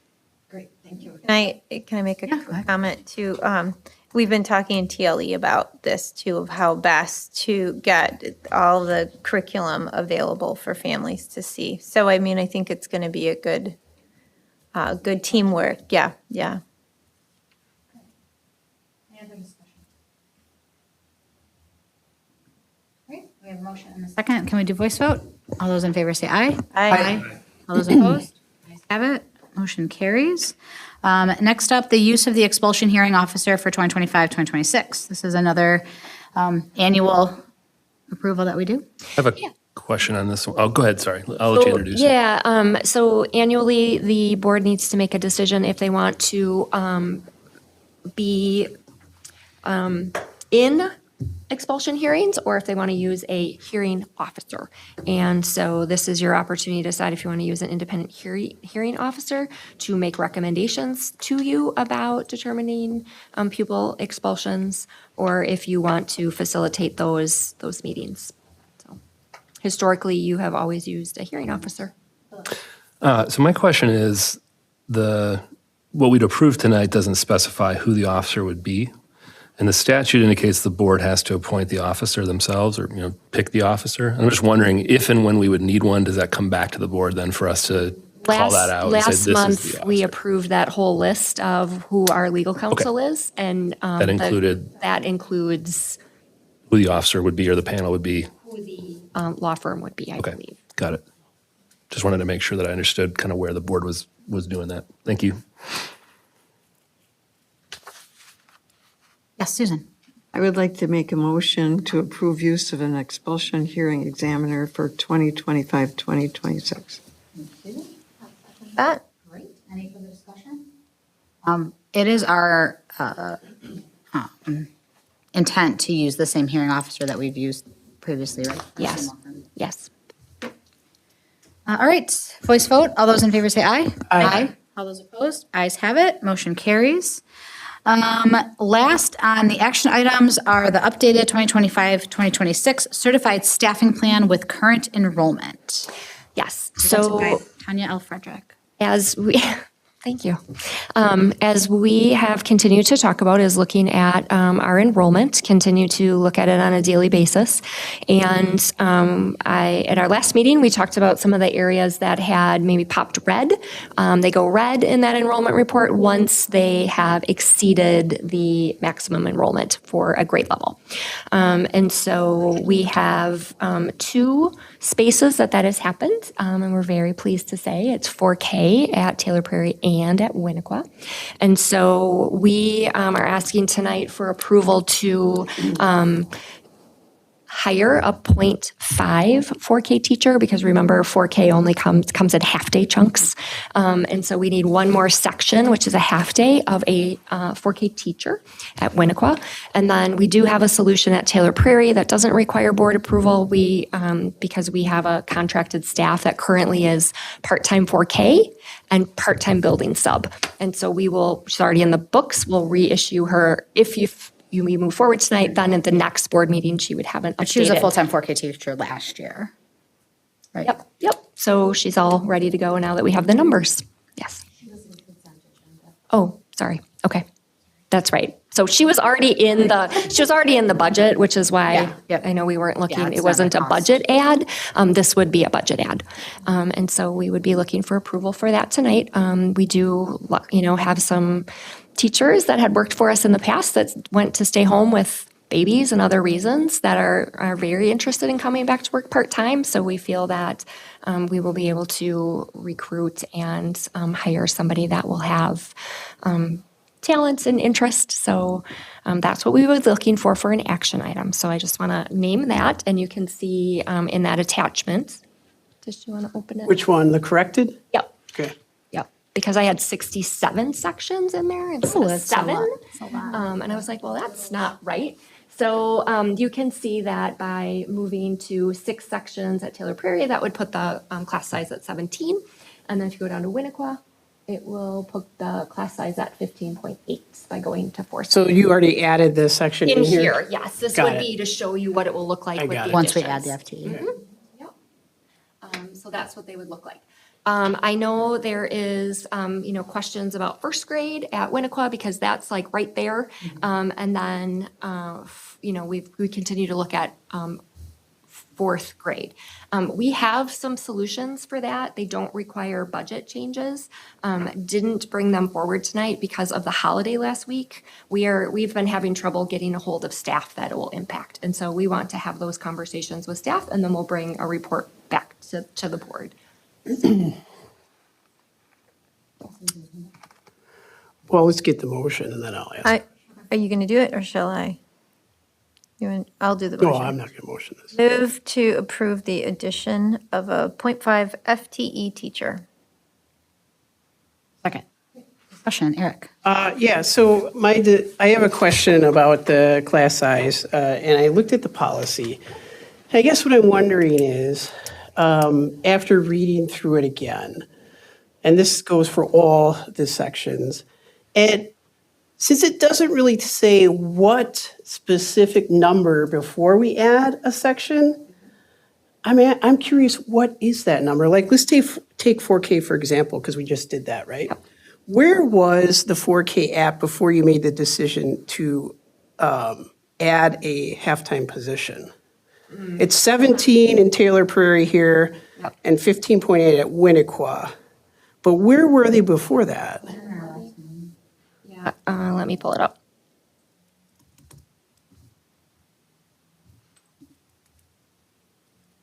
Let me handy dandy little sheet that Philip helped us pull. Other questions while I look at that? Well, my other question is tied to that question. So. Yeah, I think actually it's funny you bring it up, Eric, because it was something that has been rattling around my head too. And I think you're saying what I was thinking, which is that policy doesn't make an opinion on how we follow the policy. It just provides the guardrails, right? It's a goal. Well, Class size but goal, it doesn't say Suggested do it this way or range. do it that way. Yeah, exactly. You could make numerous decisions that would Yeah. follow the policy. Yeah. At the last board meeting, Taylor Prairie was at 20.2 and Winnequa 4K was at 20.3. As of today, if we didn't make this change, they'd be at 20. This is where it moves constantly. Yeah. And the high end of the range is 18. Right. And the other one would be, at Winnequa would be 21. Okay, so to get to, for example, you made that decision, we had 2 4K sections, they were both 2 to 3 over, and you decided together 5 to 6 was justifiable too. Yeah, we met with the elementary principals and Kristen, and we had you really have to look at what's the research base say, and at the it really talks about within early childhood, you're really looking at 1 grown-up for 10 kids, and so we have a full-time EA in there too. Sure. And so it felt like that's the right place to make that change. Yeah, I want to bring it back to policy, I understand that. So, for example, if we look at Winnequa, and we look at 4th grade or 1st grade, let's say 4th grade as an example here, we're at 25.5 actual class size. What number would that have to be before we add a section? There isn't a magic number. I think it's a conversation with the staff. It's a conversation with the principals. It's also a conversation of what would the solution be? What does that look like? Where would the money come from to do that? There's a lot of different things. Sure. So to add a section, I think is a pretty big thing. There's a lot of different ways we can handle it. So is it safe to say if it hits 27, that does not mean we add a section? For policy, no, it doesn't. Okay. What if it gets to 30? Okay, now we're I'm asking- going to be reasonable. Well, I think that's what that's why we're coming here. I know, but and it's a talking fair about question, this. Tanya. Yeah. Like, if it gets to 30, would we add a section? Well, we're trying to not exceed goal. Not exceed range. Goal is where we'd like to be, but we also know in that suggested range, we're working really hard to keep it at the suggested range. So I'm not going to get an answer on the 30 from you. I don't think, I think that you will not. Well, that's interesting because we have this policy, which I think is quite, it's really, I'm wondering if we need to go back and rather than say suggested range, I actually would like to see what the board would think about this. What if we had not a suggested range, but if we hit this number, there will be a class, or maybe this number in the grade, and not necessarily one grade, but the grade overall or multiple grades in the school are over a certain number, then we will add another section. Because this policy makes it very confusing, not only when we talk about it, but when teachers see it and they say, oh, if we get to 26, we're going to get another section. That's just not the case. So basically, this doesn't really mean anything, the policy. It really doesn't. There's no teeth to it at all. And the only opinion that the policy offers, as I read it, is the goals, right? Sure, but That's the only opinion that the policy offers is the goals. is the goal, the class size goal. Right. Otherwise, it doesn't care, right? It's just as happy if you're 2 under or 2 over the goal, right? Yeah, They're it both doesn't 2 matter. away from the goal, and Right. it's neutral on 2 over, 2 under. Right. The goal is what it's opinionated about. I think Eric, has a point about the policy, because in the past, and that's what the expectation is in the district, is that once we hit the top of that range, we added a new section. That's what we did. It wasn't a question, it just happened. And it could, so I think from a community point of view, Eric is expressing Yeah, it feels like a change in practice. the knowledge and the background of the expectation. 100%. I think it might be worthwhile, again, looking at that policy and making a decision about, if the language isn't clear about doing that, then we might draft some language and then have a discussion as a board. Who knows how the board will support that. Here, sorry, Janice, you had your hand up, so I was going to respond to Susan, but why don't you go first? Okay. I was going to say this, kind of the same thing, is that I think there is an expectation that, like, if we hit our max or we're like really close to the max, that we add a section. I think that's what people think is going to happen.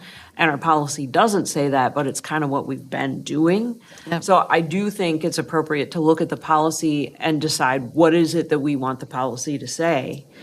And what is it that we want to do so that we can make it very clear to people, like, what is it that we're going to do? I agree, right, that the policy does not provide a lot of directions. And I agree with you, Eric, that this is a great example of, right, leadership turnover and different circumstances lead to different implementations of a policy, right? So I think that all makes sense.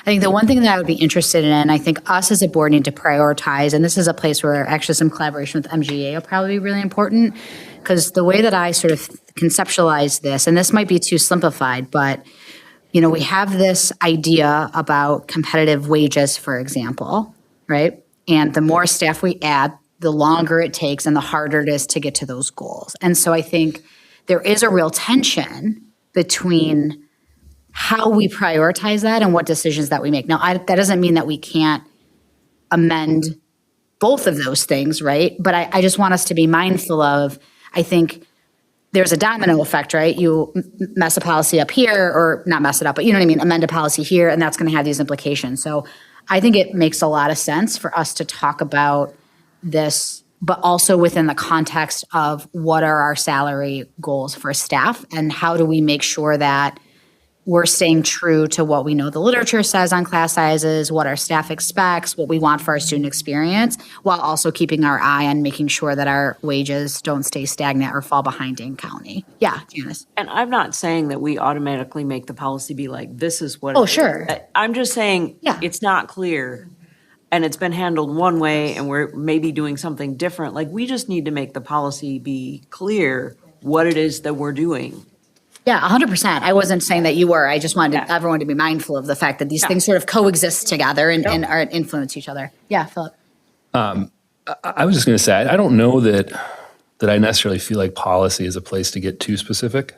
I think we have a lot of policies that necessarily leave room for administration to do their job, right, and bring their expertise to the table. And I guess as an example, if we had a really hard and fast numbers policy and you had two sections and the max was 26 and they were both at 25, you're going to turn them down into 15, right? Right. That's way below any suitable range you'd ever have, right? So I think we're going to open up a can of worms. It's going to get really, really difficult if we try to put really tight guardrails on this.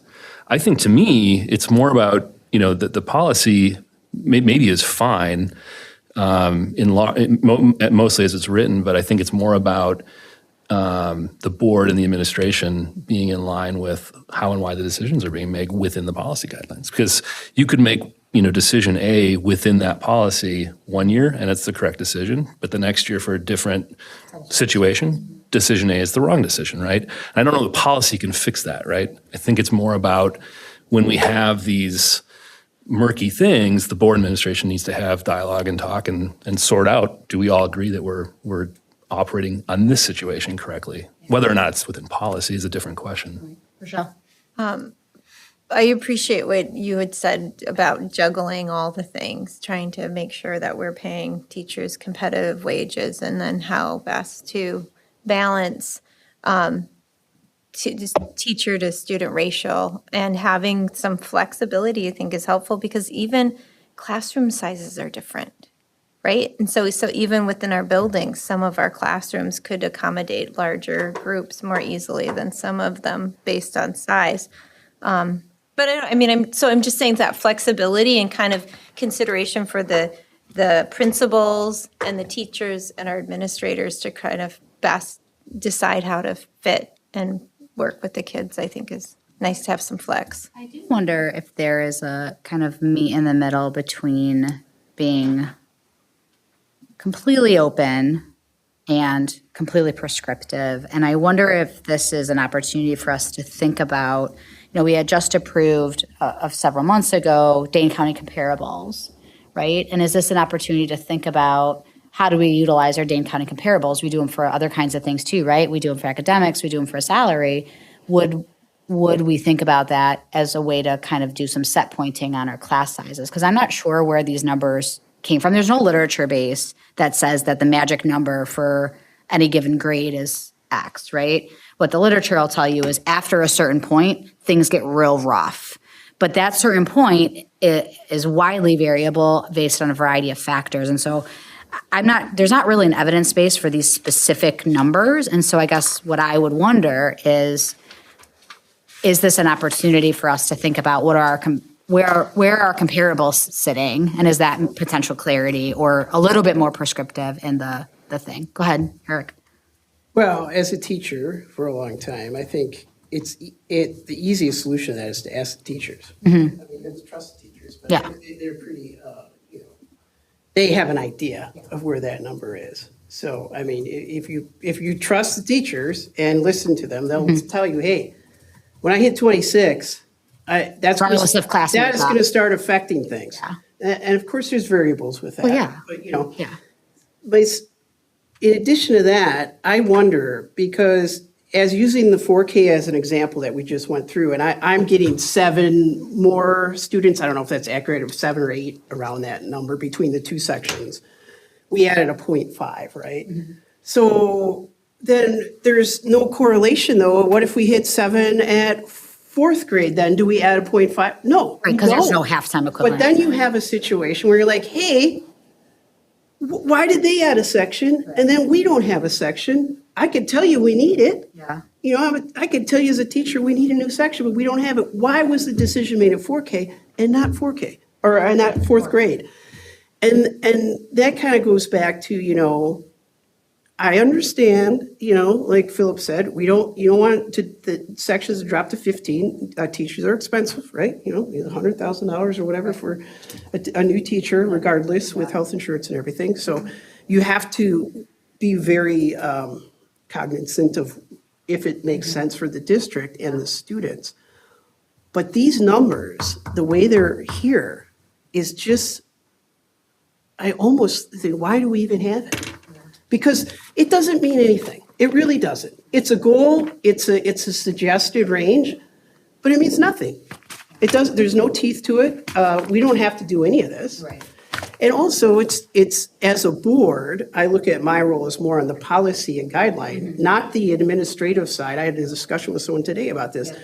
I'm not the administrator. I don't make those decisions, right? That's your job with the principals to make those decisions. But I am concerned about how these numbers come across. Right, yeah. I know that's fair, Eric. Susan, you had your hand up. Again, historically, this was based on research, but it was. There's no piece of research, Susan, that you found that said that there needs to be 21 kids in the third grade class. Like that just didn't happen.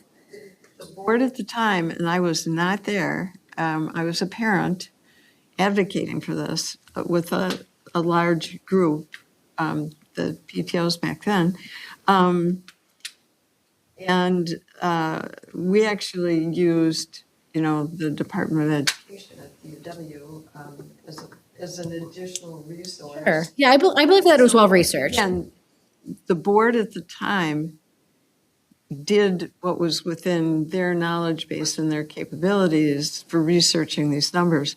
But the fact is, they haven't been re-reviewed or updated, and maybe that's worth doing.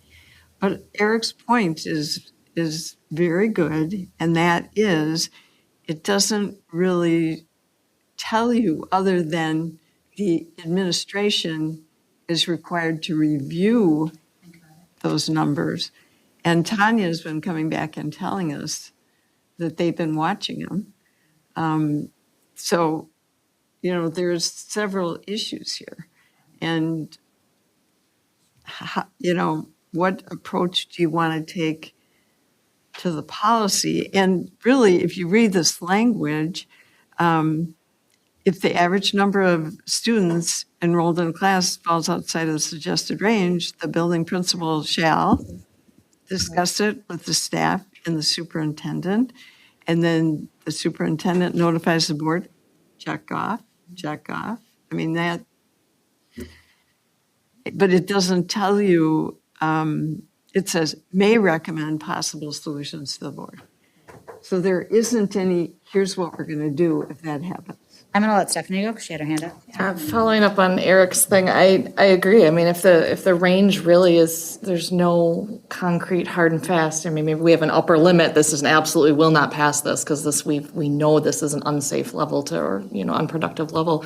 Are these ranges just causing more strife and frustrations, both internally and externally, and saying, we're so close, what are we going to get? It's stressing parents and teachers, and then they don't get the change that they expect to happen because nothing is concrete, and we're maybe causing more challenges than we need. Well, I think we should circle back on this as a discussion item, maybe in August. I think we need some more time to think about it. I think the unfortunate thing is that if you were going to put a hard and fast limit, the magic number in the literature is 30, and nobody wants to hear or see that.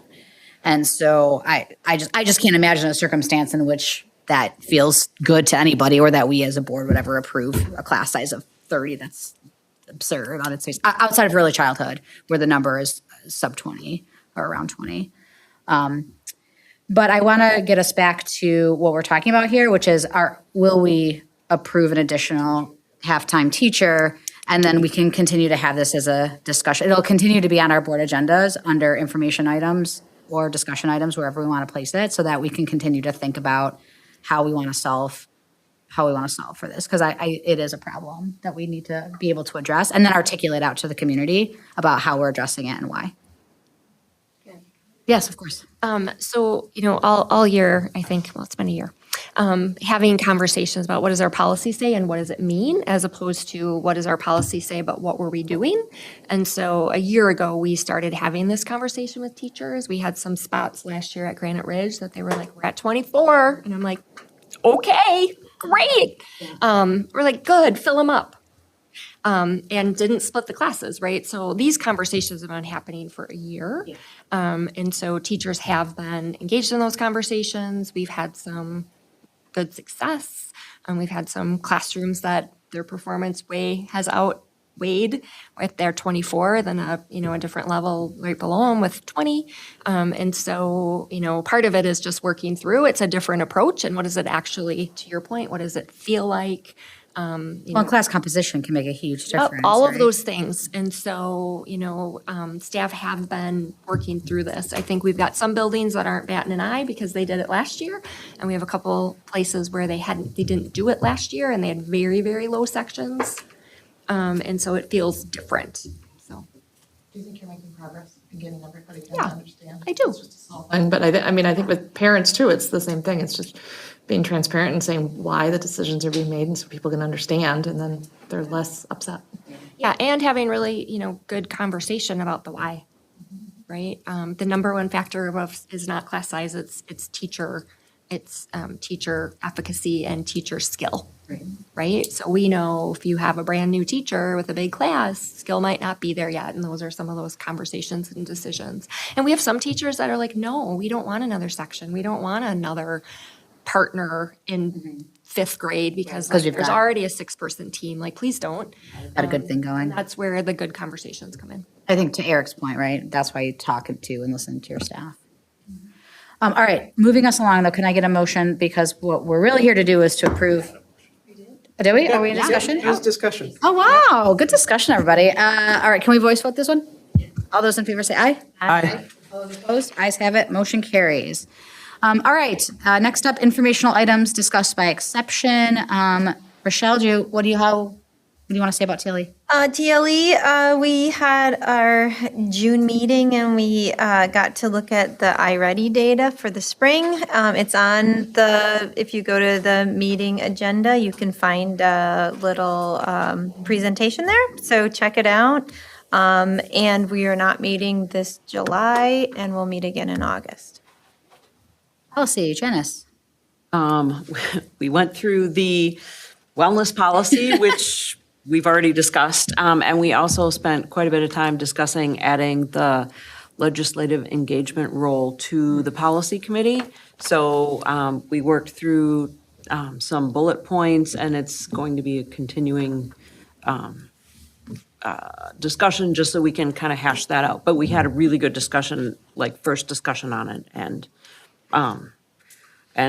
the legislative liaison will be the committee chair. So that means we also need to work out what that job looks like. Yeah, so I have a handful of things. We had Chad Cleethfoth come out and give us a great update on technology. He put a very dense presentation together, and we appreciated all the time he gave us. And I think it was a really good sort of beginning of an ongoing conversation that we're going to have with him and his department on technology and how it's used and how we're paying for it and all that kind of stuff within our district. So I'm hoping the committee will have more to come and we'll go deeper on certain rabbit holes with technology in future meetings. I don't think that this came up at the board, so I'll share it, although I feel like this is, Kristen's and sorry, I'm completely blanking on our Bill. Thank you. Bill's thing here, but we approved $1 million for the variable air volume project, not to exceed, and the bid came in at 636. So that was a really nice piece of good news that we received at the committee. So gives us a little bit of cushion in the budget. Otherwise, we got a nice update from Kristen. All indicators right now with the 24-25 budget is that it's coming out as expected, which is good. It doesn't look like there's going to be any surprises in terms of big overages. And then we also were presented with evidence of bank reconciliation, which, as you should all be aware, was the main problem that we had prior to the budget August. So bank reconciliation is happening. That's awesome. Kristen is working towards shrinking the time trail between a month ending and reconciliations completing, but they are happening, which is great. So yeah, we had a good meeting. Great, excellent. Personnel met yesterday, right? Yes? Yes. Yes, it did. Yesterday, we met and we started talking through some ideas for changes, potentially for the handbook. There's some work to still be done, obviously, between MG&A, administration, and us to think about what that's going to look like. But just started to get some preliminary thoughts around some clarity language that needs to happen, and then some other pieces that need to be talked through. We talked about, and this will come in the August agenda, transitioning two contracts that to letters of employment instead of contracts to align with other coordinators that are in those roles.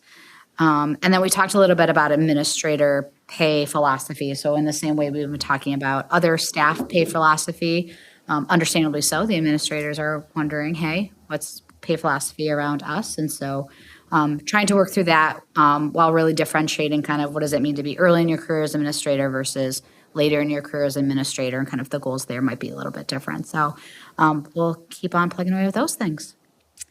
And last but not least is MGEF. Susan. Yes, they met today at 4:00. They meet on Tuesdays. Dr. Tanya Frederick provided a superintendent update providing information about the new administrative structure, the audit materials that are scheduled for August, and an update on summer school. The foundation is working on the donor contacts and letters for their CARES campaign. They moved their August meeting to August 19th at 4 p.m. The board discussed basically food insecurity, and it was nice because Tanya was very involved in that discussion. For Monona Grove students, the superintendent provided good clarity on present processes within the district. The foundation reviewed their snack pack program, and the superintendent provided information on the integration of this program within the district. There's continuing work and discussion by the foundation and the district on identifying and meeting student needs, nutrition needs. The Amazon donation has been received by the foundation, and the superintendent provided a list of possible uses for the district of the Amazon funds, including school-related needs, facility and safety needs, furniture. There's also discussion relating to current school endowments for each of the schools, particularly in relation to whether or not there should be an endowment for MG21. Future agenda items suggested, including discussion on the Foundation Innovation Grants, and the next meeting is scheduled for August 19th, 2025. Any questions on committee stuff? Great work, everybody. All right, Tanya, last but not least, you are up. So July 1st, our new director of elementary and director of secondary started. So Angie and Rob moved in. We're super excited to have them on board. It's been a great 8 days already. End of the fiscal year. Our fiscal year ends June 30th. So this is when things get really busy at district office for July and August as we continue to prep for the audits and be ready for that. So it's that closing out 1 year and launching another year, the overlap. So a lot of big work happens during that time. So really grateful for everybody. When people say like, do you guys work in the summer? I'm like, So we also kicked off summer school. Right now, listed the numbers of kids we have. Glacial Drumlin has 130-ish. Granite Ridge, 540. Winnequa 367. The high school offers a couple different things. They do an ACT prep program with 36 kids in it. In August, they'll have their band boot camp. I don't know the exact number of students that will end up being in it, but it's always very large and super fun to see them. For our high school students, we offer credit recovery and classes for credit. We have 109 students that are doing that. And then you can also see that we have, these are the number of staff that are serving in those roles. And it's always great to go into summer school because you see staff doing all kinds of things that they do differently than in their school year. So we had a 4K teacher who was, in there teaching PE and just having a ball. And so just super grateful that our own staff come and do summer school. That's not always the case in a lot of communities. And then you end up hiring people from outside and you got to teach them how we do business, get them logins. It gets very complicated. So it's incredibly amazing that the majority of our staff is our employees for summer school. So it's really great. And the kids love that. summer school too. Yeah. So it's always a good time. So we also did get confirmation from the Village of Cottage Grove today about the 2026 election dates. One of the 4 for 2026 is a non-school day.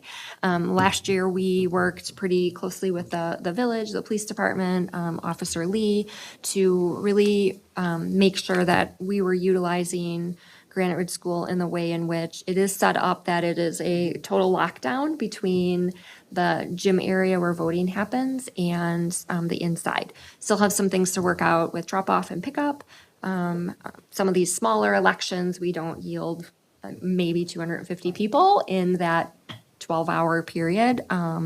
We managed the federal election pretty well for this last one, but continue to talk about making sure that we're really on top of that from a safety perspective.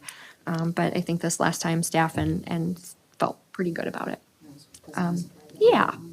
Have been having conversations, with many people in the community, and Sue Carr was here tonight to talk about it, this notion about screen time in 4K3. Did do a little conversation with our teachers about what does that really look like from their perspective. There's kind of those timeframes on there. Don't disagree. We should have, some screen time guidelines. It's pretty normal, but gathering information, you can see here. One of the things that has been interesting in doing this, and I think you heard it from Sue today, is I think about screen times, about like kids independently, like doing this kind of stuff, right?